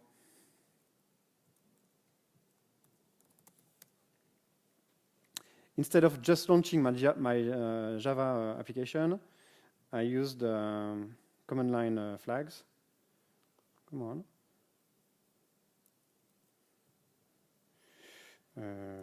Somewhere. So here it is, start. So here this is my command line to launch my application inside the container. And I just add some flags that are here. So it needs to download the agent from Google. It needs to run it, and it will give him flags that I should pass to the Java agent. Voilà. So it's really a standard Java agent. It will use a very, very small amount of CPU so that if I don't have any breakpoint activated, it will have no impact on my production. But as soon as I create a new breakpoint. Of course, some of the queries will be slower, but as soon as the breakpoint is hit, the breakpoint is removed. So the impact on my production is really small. I think, I don't know if I can say that or not, but they're working on inline, on a live profiling of your application. So the same, whether you're running on a container, app engine, whatever, you can have profiling information live from the console. So this is not released yet, but this is the same technique. In fact, they will just make you use a Java agent that will collect all the information about the profiling, so that you can find the hotspots in your application live. So this is something that you won't use very often, but when it's there, it's good to know. Do you have questions about that? No? You don't like questions? I frighten you? Okay.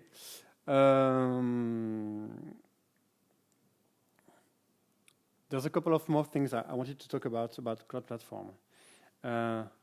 One of those things is I wanted to talk about Firebase. Have you heard about Firebase? Nobody? Yes? Yes, Firebase. So I fell in love with Firebase. So I'm going to talk about my love story with Firebase. But before I talk about Firebase, I'm going to recap how my application was created. So my application is a Java web app. So there's a web server, HTTP server, and I've got static files, HTML, JavaScript, CSS, and there's a backend, and the backend is a cloud storage database where I store all the votes that the users make on the website. So the data store is fully managed, and my application, we've seen how we can deploy it into different ways. Firebase is something completely different to write your application. They call it backend as a service. So here I've got a Java backend and a database. With Firebase, the idea is for some applications, mostly mobile applications, maybe you don't need a backend at all. You just need somewhere to store data. You need to query this data. You need to be notified when new data is inserted. And that's maybe 80% of a lot of applications. A lot of applications, they will run on the laptop, on the mobile, and you just need somewhere to store data. So this is where Firebase can be used. So Firebase, it's a startup that was bought by Google like 1 year ago, I think.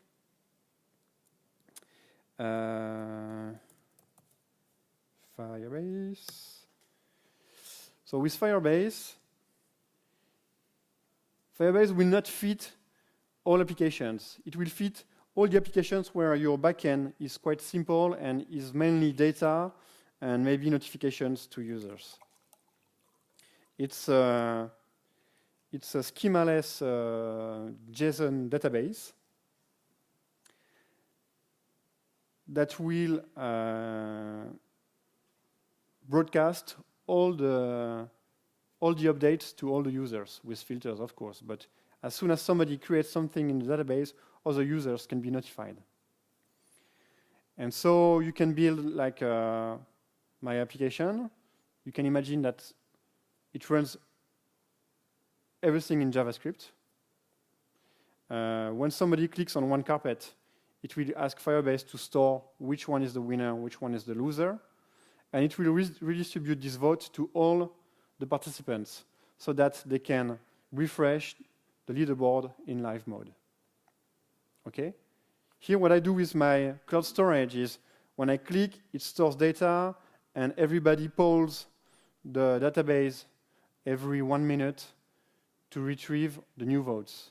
With Firebase, each time you click, in like 5 milliseconds, everybody is notified that there's a new vote. This is really, really powerful. This is really a shift also in the way you can architecture your applications. What they offer also is you can host your application, which now is composed mainly of static files, HTML, JavaScript, less CSS, etc. You can host it on Firebase and use Firebase as a backend, and you've got your application running, and you can distribute it for desktop or mobile. And so they target mobile, and they offer they've got really nice documentation that targets each of the most important deployment targets. So whether you're doing a web application in JavaScript, or you're coding an iOS application or Android application, or a Java standard application, or you can use their service through a REST API. It provides built-in security and authentication, so you can delegate authentication to GitHub, Google+, Twitter, and you will configure it with 2 lines of JavaScript. It's really, really nice. So let me show you what I've developed. So the same application, my Carpet Showdown, only with Firebase. So first I created a project. So I called it Carpet. And so I've got an application Carpet on firebase.io.com, and I can see the database. I can see what the database contains. Okay, so I can also add. I can add information. I can add a new. I can add new fields if I manage to click. Yeah. So test. Okay. Okay. So I've got a very simple interface to add new values, but it's not that you want to do. Just to show you what's going on under the hood, I'm going to open the same page in another session, and I'm going to update the information, and it's updated live on the other page. Of course, it works if I open Safari or if you open my project with this URL, you will see the exact same thing, because by default I did not activate security. So you can read and you can add new fields, new items into this database. So it's really a free-form database that contains a tree of data that is really easy to map to JSON data structure.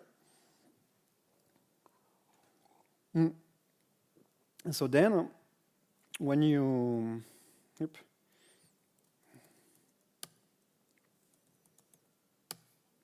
what you can do is create a JavaScript application or a Java application that will use this backend and that will store data and that will be notified of new data. So for example, here I've got an AngularJS application. And so who knows Angular here? No, nobody? JavaScript a little bit? Yes, a little bit, yeah. And so this is CoffeeScript. But anyway, so I create a standard Angular application. I import the Firebase library. And here, with this single line, I create an array that is synchronized with all the data that are stored in this project under the votes hierarchy. Okay, and here in my code, when somebody votes, this is what I do. I just add a new key value object. So winner is the winner that was passed as a parameter. Loser is the loser that was passed as a parameter. And that's it. And here, I just watch for a new event. So each time there is a new event, I can update my leaderboard, for example. So let's run this. So this is 100% HTML JavaScript application. There's no app server. There's no backend other than Firebase. So hop. Okay. So when I vote, I can see that it creates new object under the vote node. So see, I click, and each time it creates a new one. So it will choose the key to be unique among all the users, and it will be about sorted also. So the key is done automatically by Firebase, and I can have collections of votes, or I can have an object that has key values, as many values as I want. The hierarchy can be very deep. And so the thing is without any additional code, when I open a new session, when I've got a new client, it will receive the updates in real time. You see? With my Java application, I need to poll the database, or I need to find out a way to dispatch all the votes to all the other nodes. Here, my application is distributed on as many customers as I want, and they are all notified of what my code wants them to be notified. So here I listen for all the votes, but I can listen to all my votes depending on my user ID, or I can be notified of something completely different, some other parts of the graph, and everything is done through WebSockets. So I'm notified. I mean, their server is in Dallas, I think, and it's able to send us notifications in under 5 milliseconds. It's really magic.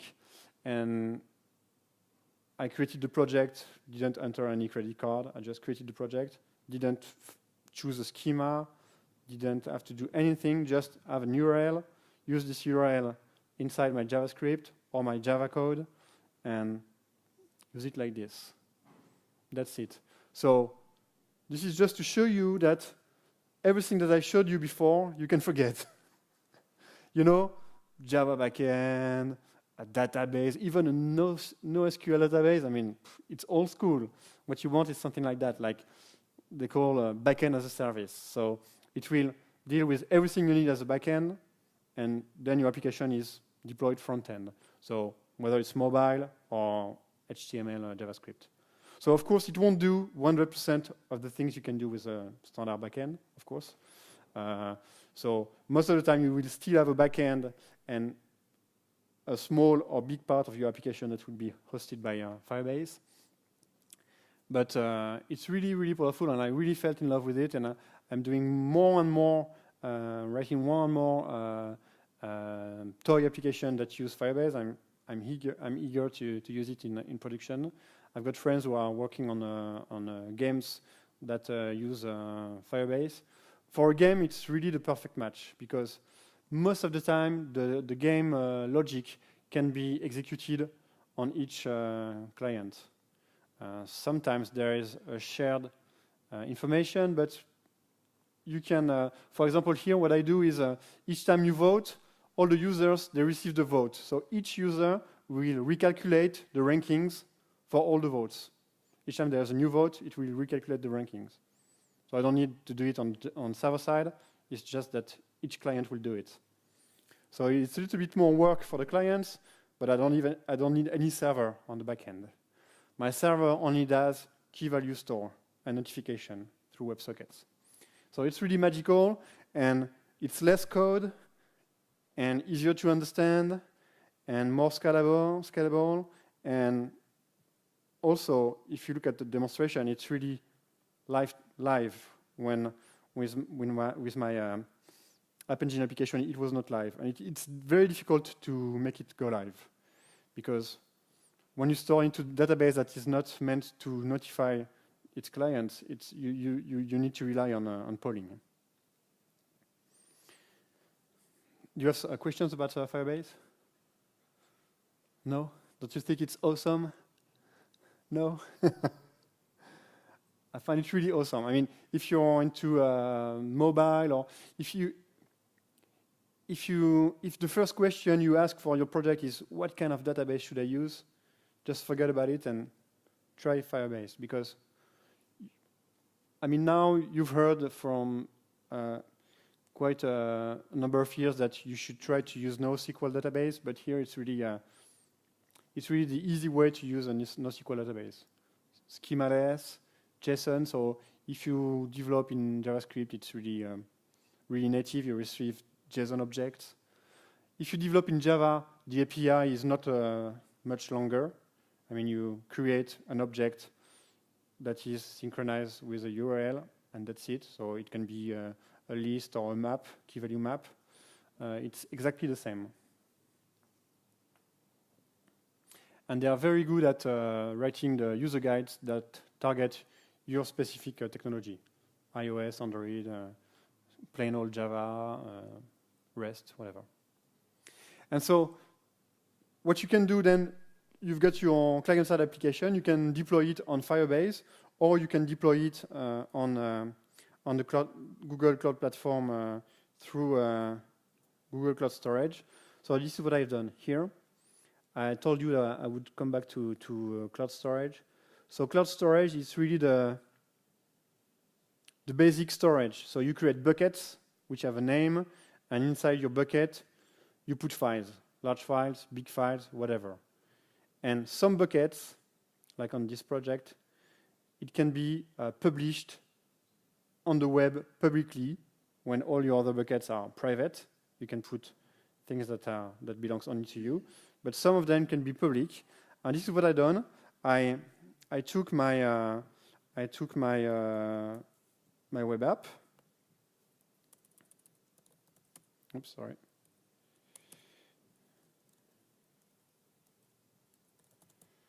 So this is my web app with the Firebase code, and this I deployed it on Google Cloud Storage. And for that, I use of course, the command line tool or the API. I think I've got here. So here I say, okay, JSUtil, perform a rsync between my files and the one that are already deployed in this bucket. And I need to run it from the correct folder. And it will take my site and deploy it. And it was already deployed, so that's it. I don't have to do anything, and now it's deployed through Google CDN. So you've got the nearest server that will serve your assets, and on the back end you've got Firebase. You can scale to quite a nice number of users, and you can start to think about the features more than the way to deploy it, because at the end of the day, when you've got a nice idea, it's really a pain to think about how will I deploy it. Infrastructure as a service, platform as a service, will I use Docker, VMs, how do I connect the dots? I mean, it's complicated. So if your application fits into the Firebase model, I urge you to try it, because it's really nice.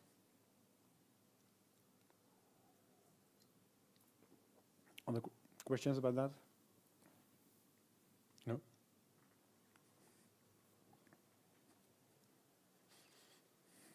Yep.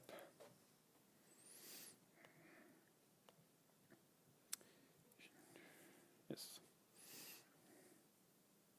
So here you see all the information, all the votes we've done.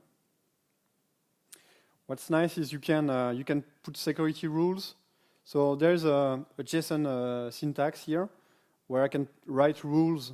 For example, I can say, okay, everybody can read, but only you can only write if you are authenticated, or you can only write, you can only read objects that you've created.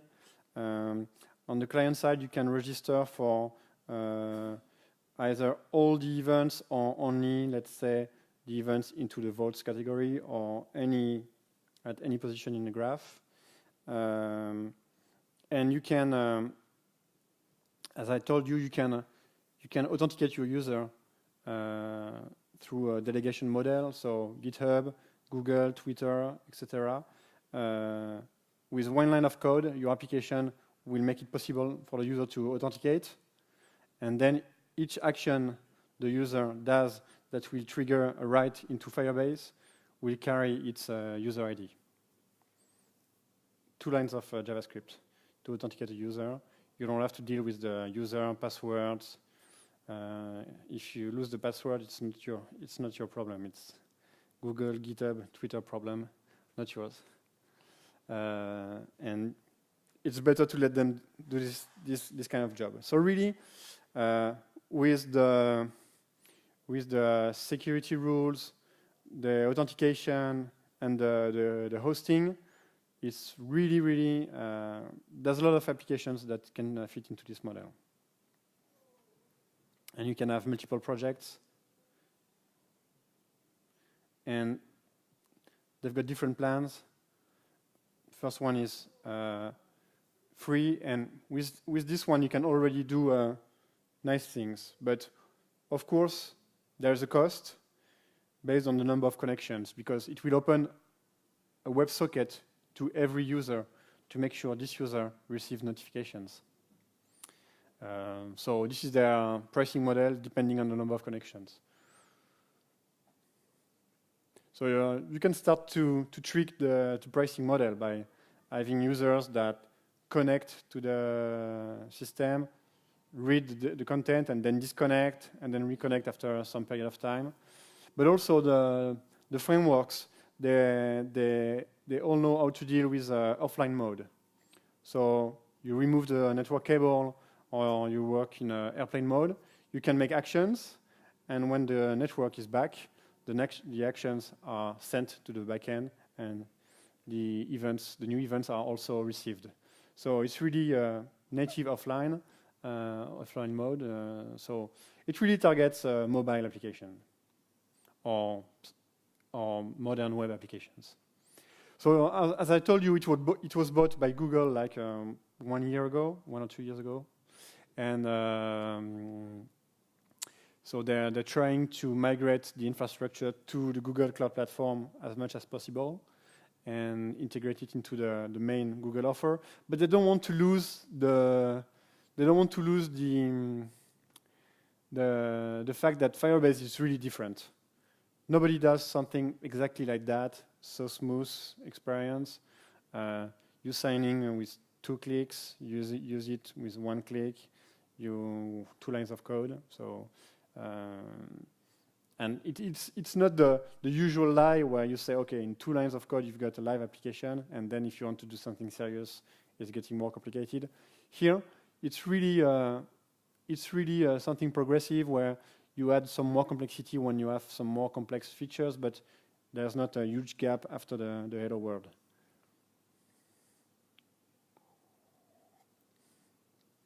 So if I were to keep only one version of my application, I will keep the Firebase version because it's the easiest to deploy, easiest to maintain, and also it offers live updates, which the other one cannot offer easily. So yes, Firebase, you should try it.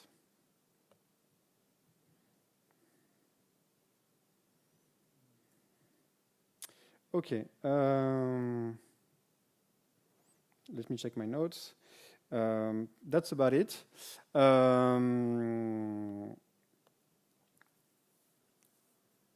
There's a lot of things we didn't see with Cloud Platform, Google Cloud Platform. If I want you to remember a couple of messages, so try Firebase, backend as a service. Take a look at Docker and Kubernetes. I mean, there's a reason why there's 2 sessions in parallel that talks about Docker and Kubernetes. It's because it's getting a lot of traction. It's Java developers friendly. It's not something that is complicated, and it is still a little complicated, but it's really something that every developer should be able to deal with. And if you package your application with Docker, you can deploy them on the cloud platform from Google very easily with auto-scaling or on a cluster. And of course, what is very important to me, I'm not working for Google, is you should be able to take your code and put it somewhere else and compare. And it shouldn't be complicated. And by using Docker, it's quite easy. You take the same container, deploy it on Amazon, compare the performance, compare how long it takes to create a new VM, to deploy a container on it, I didn't try with Amazon to deploy, my demonstration with Docker machine, where I create a new machine with Docker install, and I start my application with 2 command lines. I didn't try it on Amazon, but I tried it on other cloud providers, and really the Google Cloud provider is really smooth and fast. So Firebase, Docker, and BigQuery. BigQuery for small data sets or large data sets, for logs, for any file that comes to your backend, it's really a nice tool to use to analyze your data and try to figure out what your users are doing, who the users are. Really a nice tool. Something that is not, I'm both not completely familiar with it, and I don't know if it's completely ready. It's Dataflow. Dataflow is another tool to analyze data in real time, and it doesn't have the BigQuery simplicity with a SQL-like query language, but it has, for Java developers, it's nice because you can write your data analysis pipeline in Java with Java code. So you write Java code that will get data, filter data, map data, transform data, merge data, etc. So you write it with a standard Java API, and this will run locally on your machine with in-memory data, or it can run in a fully managed way with Dataflow. So you can say, okay, I'm going to listen to Twitter feed, stream it to Dataflow, and then I can run my code that will analyze in real time what's going on Twitter. And you can do that with Dataflow. You can do things that are more complicated than BigQuery because you've got the full power of Java, and you can build things that look like MapReduce, but which are in fact live analysis on lots of data. So Dataflow is really interesting. It was released a couple of months ago, and you can try it out also. I didn't talk about the networking in the Google Cloud Platform because, boring. There's firewalls, load balancing. You can of course deploy your application on machines and clone the machines based on the traffic. So you've got auto-scaling, things like that. So maybe this is something you want to try. And also I didn't talk about monitoring because I talked about log, and logs are really a nice way to start with monitoring, but there's also you can also activate monitoring on your project, and it will monitor the machines, it will monitor the services, everything in a managed way, so it's really nice. There's one thing I don't know what to think about monitoring is lots of people who are used to monitor their services, they're used to on their own tools, and here it's a fully managed tool, but which is a little bit different, maybe not standard. So I don't know what to think about it. I like that people, they know the tools very well. Here is something that is fully managed, but yet not very standard. Compared to Docker, it can be fully managed on a cloud platform, and it is yet standard. So I don't know what to think about monitoring. This is why I didn't talk about it. And that's it. So I'm sure you have no question. But if you have, you can ask them. Yes? Yeah, just going back to earlier, and you were talking about how App Engine used to be more restricted, and now you can deploy containers to it. Yes. So, that seems like a bit of a crossover in functionality from the previous one that you did when you were using the Compute Engine, I think. Was it? So the first example you did was using App Engine. So why, if you were starting like a new project, which one would you choose? Would you just go to App Engine? Yeah. Basically, if App Engine does everything you need, yes, you should go to App Engine because it's a platform as a service. So you write code, you deploy code, and you forget about it. It works. So, but there are still some constraints. Maybe you want to install very specific things on your machines, and so you cannot use App Engine. But basically, if your cloud provider provides a platform as a service, and it fits to like 85% of your needs, you should try to use it because it's easier. You thank me because then you don't have to think about security patches. You don't have to think about anything. Just runs.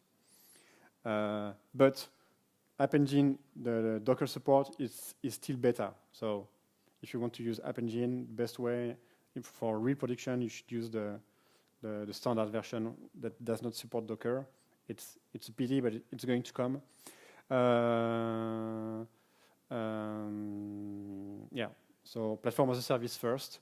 But otherwise, you're right that the frontiers between the different systems are getting very blurry. And in fact, it's a feature for Google. I mean, before what we had is a platform as a service, App Engine, infrastructure as a service. So you had a EC2 on Amazon, and in the middle, like nothing. So then here they created both Kubernetes to deal with the cluster of machine. It's using some of the technologies in App Engine and some of the technologies in the infrastructure as a service. And then they created Docker support in App Engine.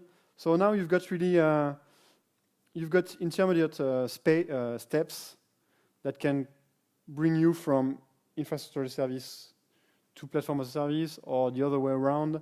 And it's here to make it easier for you to change your mind in the middle of your project. So at the beginning, it's maybe more confusing because you say, okay, it does about the same thing, so which one should I choose? But at the end, it's nice to be able to switch from one to the other. Because you're right, with App Engine, you can have auto-scaling, but in fact, you can have it with Compute Engine and VM, and you can certainly have it in the near future with Kubernetes. But everything is based on the same stack that you don't see. They've got a very, very clever and performant network stack underneath. Their VMs are really state-of-the-art.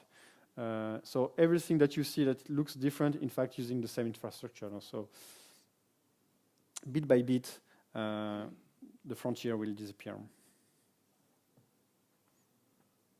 But it's something that it's a little bit confusing, and because Google is not a leader in the cloud industry. I mean,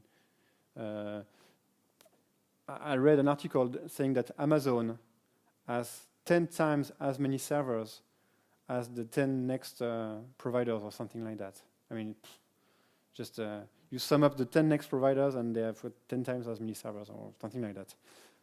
And so, yeah, Amazon is really the leader. So they're trying to do things that will really help the developers. They really target the developer. Developer doesn't want to wake up at night to monitor the machines, so let's do it for them.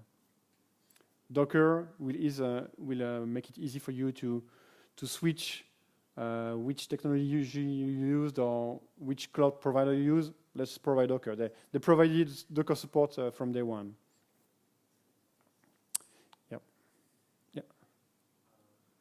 So you forgot. You waited until the end to ask your questions. That's it. If I got you right, in the beginning you said we should use Docker to be independent of specific cloud, and then in the end you said you would build your app on Firebase. And like total log into me, and how to yeah, I'm not always logical. I told you it's a love story, so love story sometimes you cannot explain. Yeah, so if you want to do serious, boring things, use Docker. It's serious, goes into production. There's a lot of company going in production with that. You can write with your usual tool, and that's good. It's really perfect. If you want to try something new, try Firebase.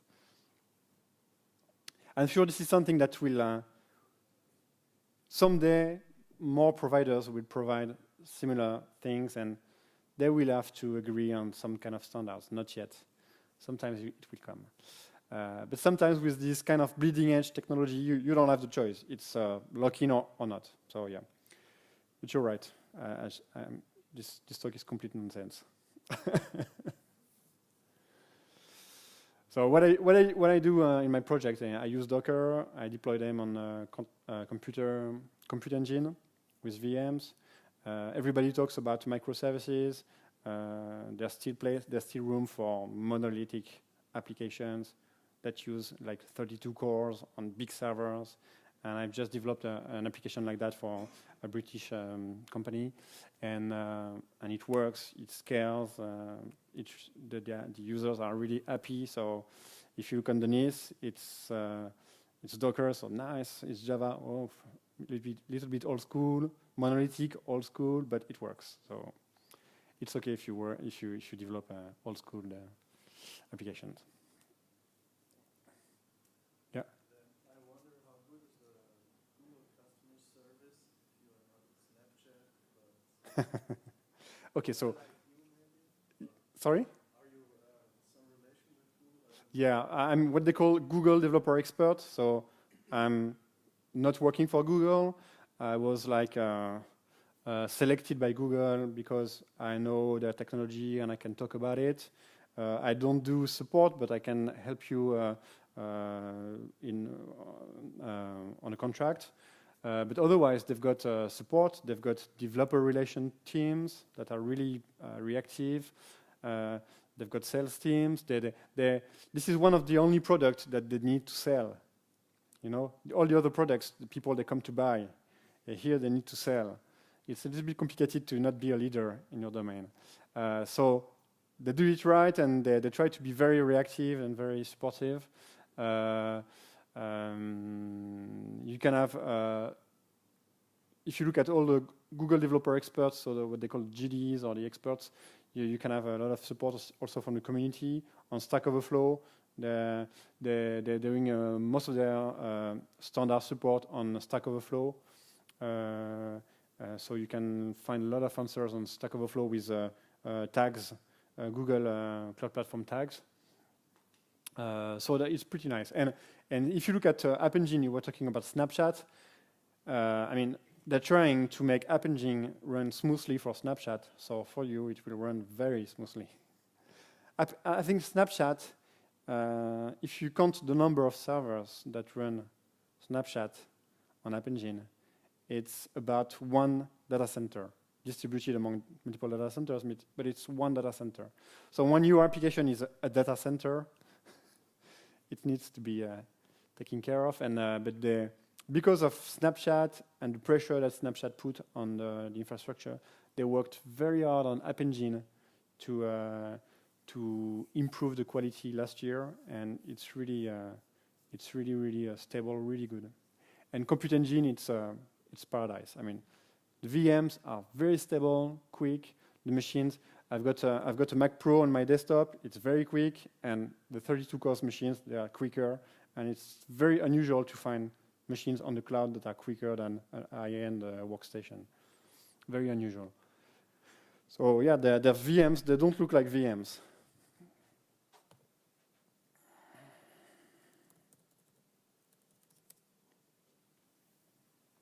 So support is good. It can be better, but it's good. TLDR. Other questions? Okay, so no more questions. So maybe you want to try Google Cloud Platform. So there's something, I don't remember how they call it because they change the name every time. So you, obviously, I cannot type. Google Cloud Platform, I think it's starter kit, starter credits. No, this is for startups. So if you have a startup, you can have $100,000 in credits. That's good. If you're not a startup, you've got 300. But that's good because you can use it for 60 days, and so it means you can play with the platform, try things. With $300, you can deploy a cluster and let it run for multiple days. I think, yeah. So you can use that to create your first project and try it. And on Firebase, it's completely free. I think you don't even have to put your billing information. That's it. Thank you very much.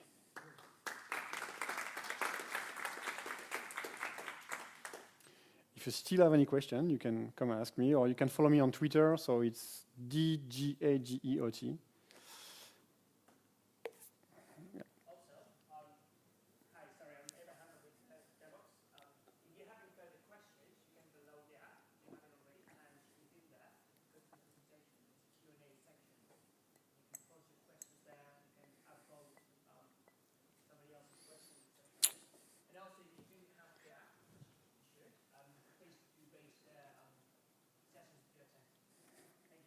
Thank you very much.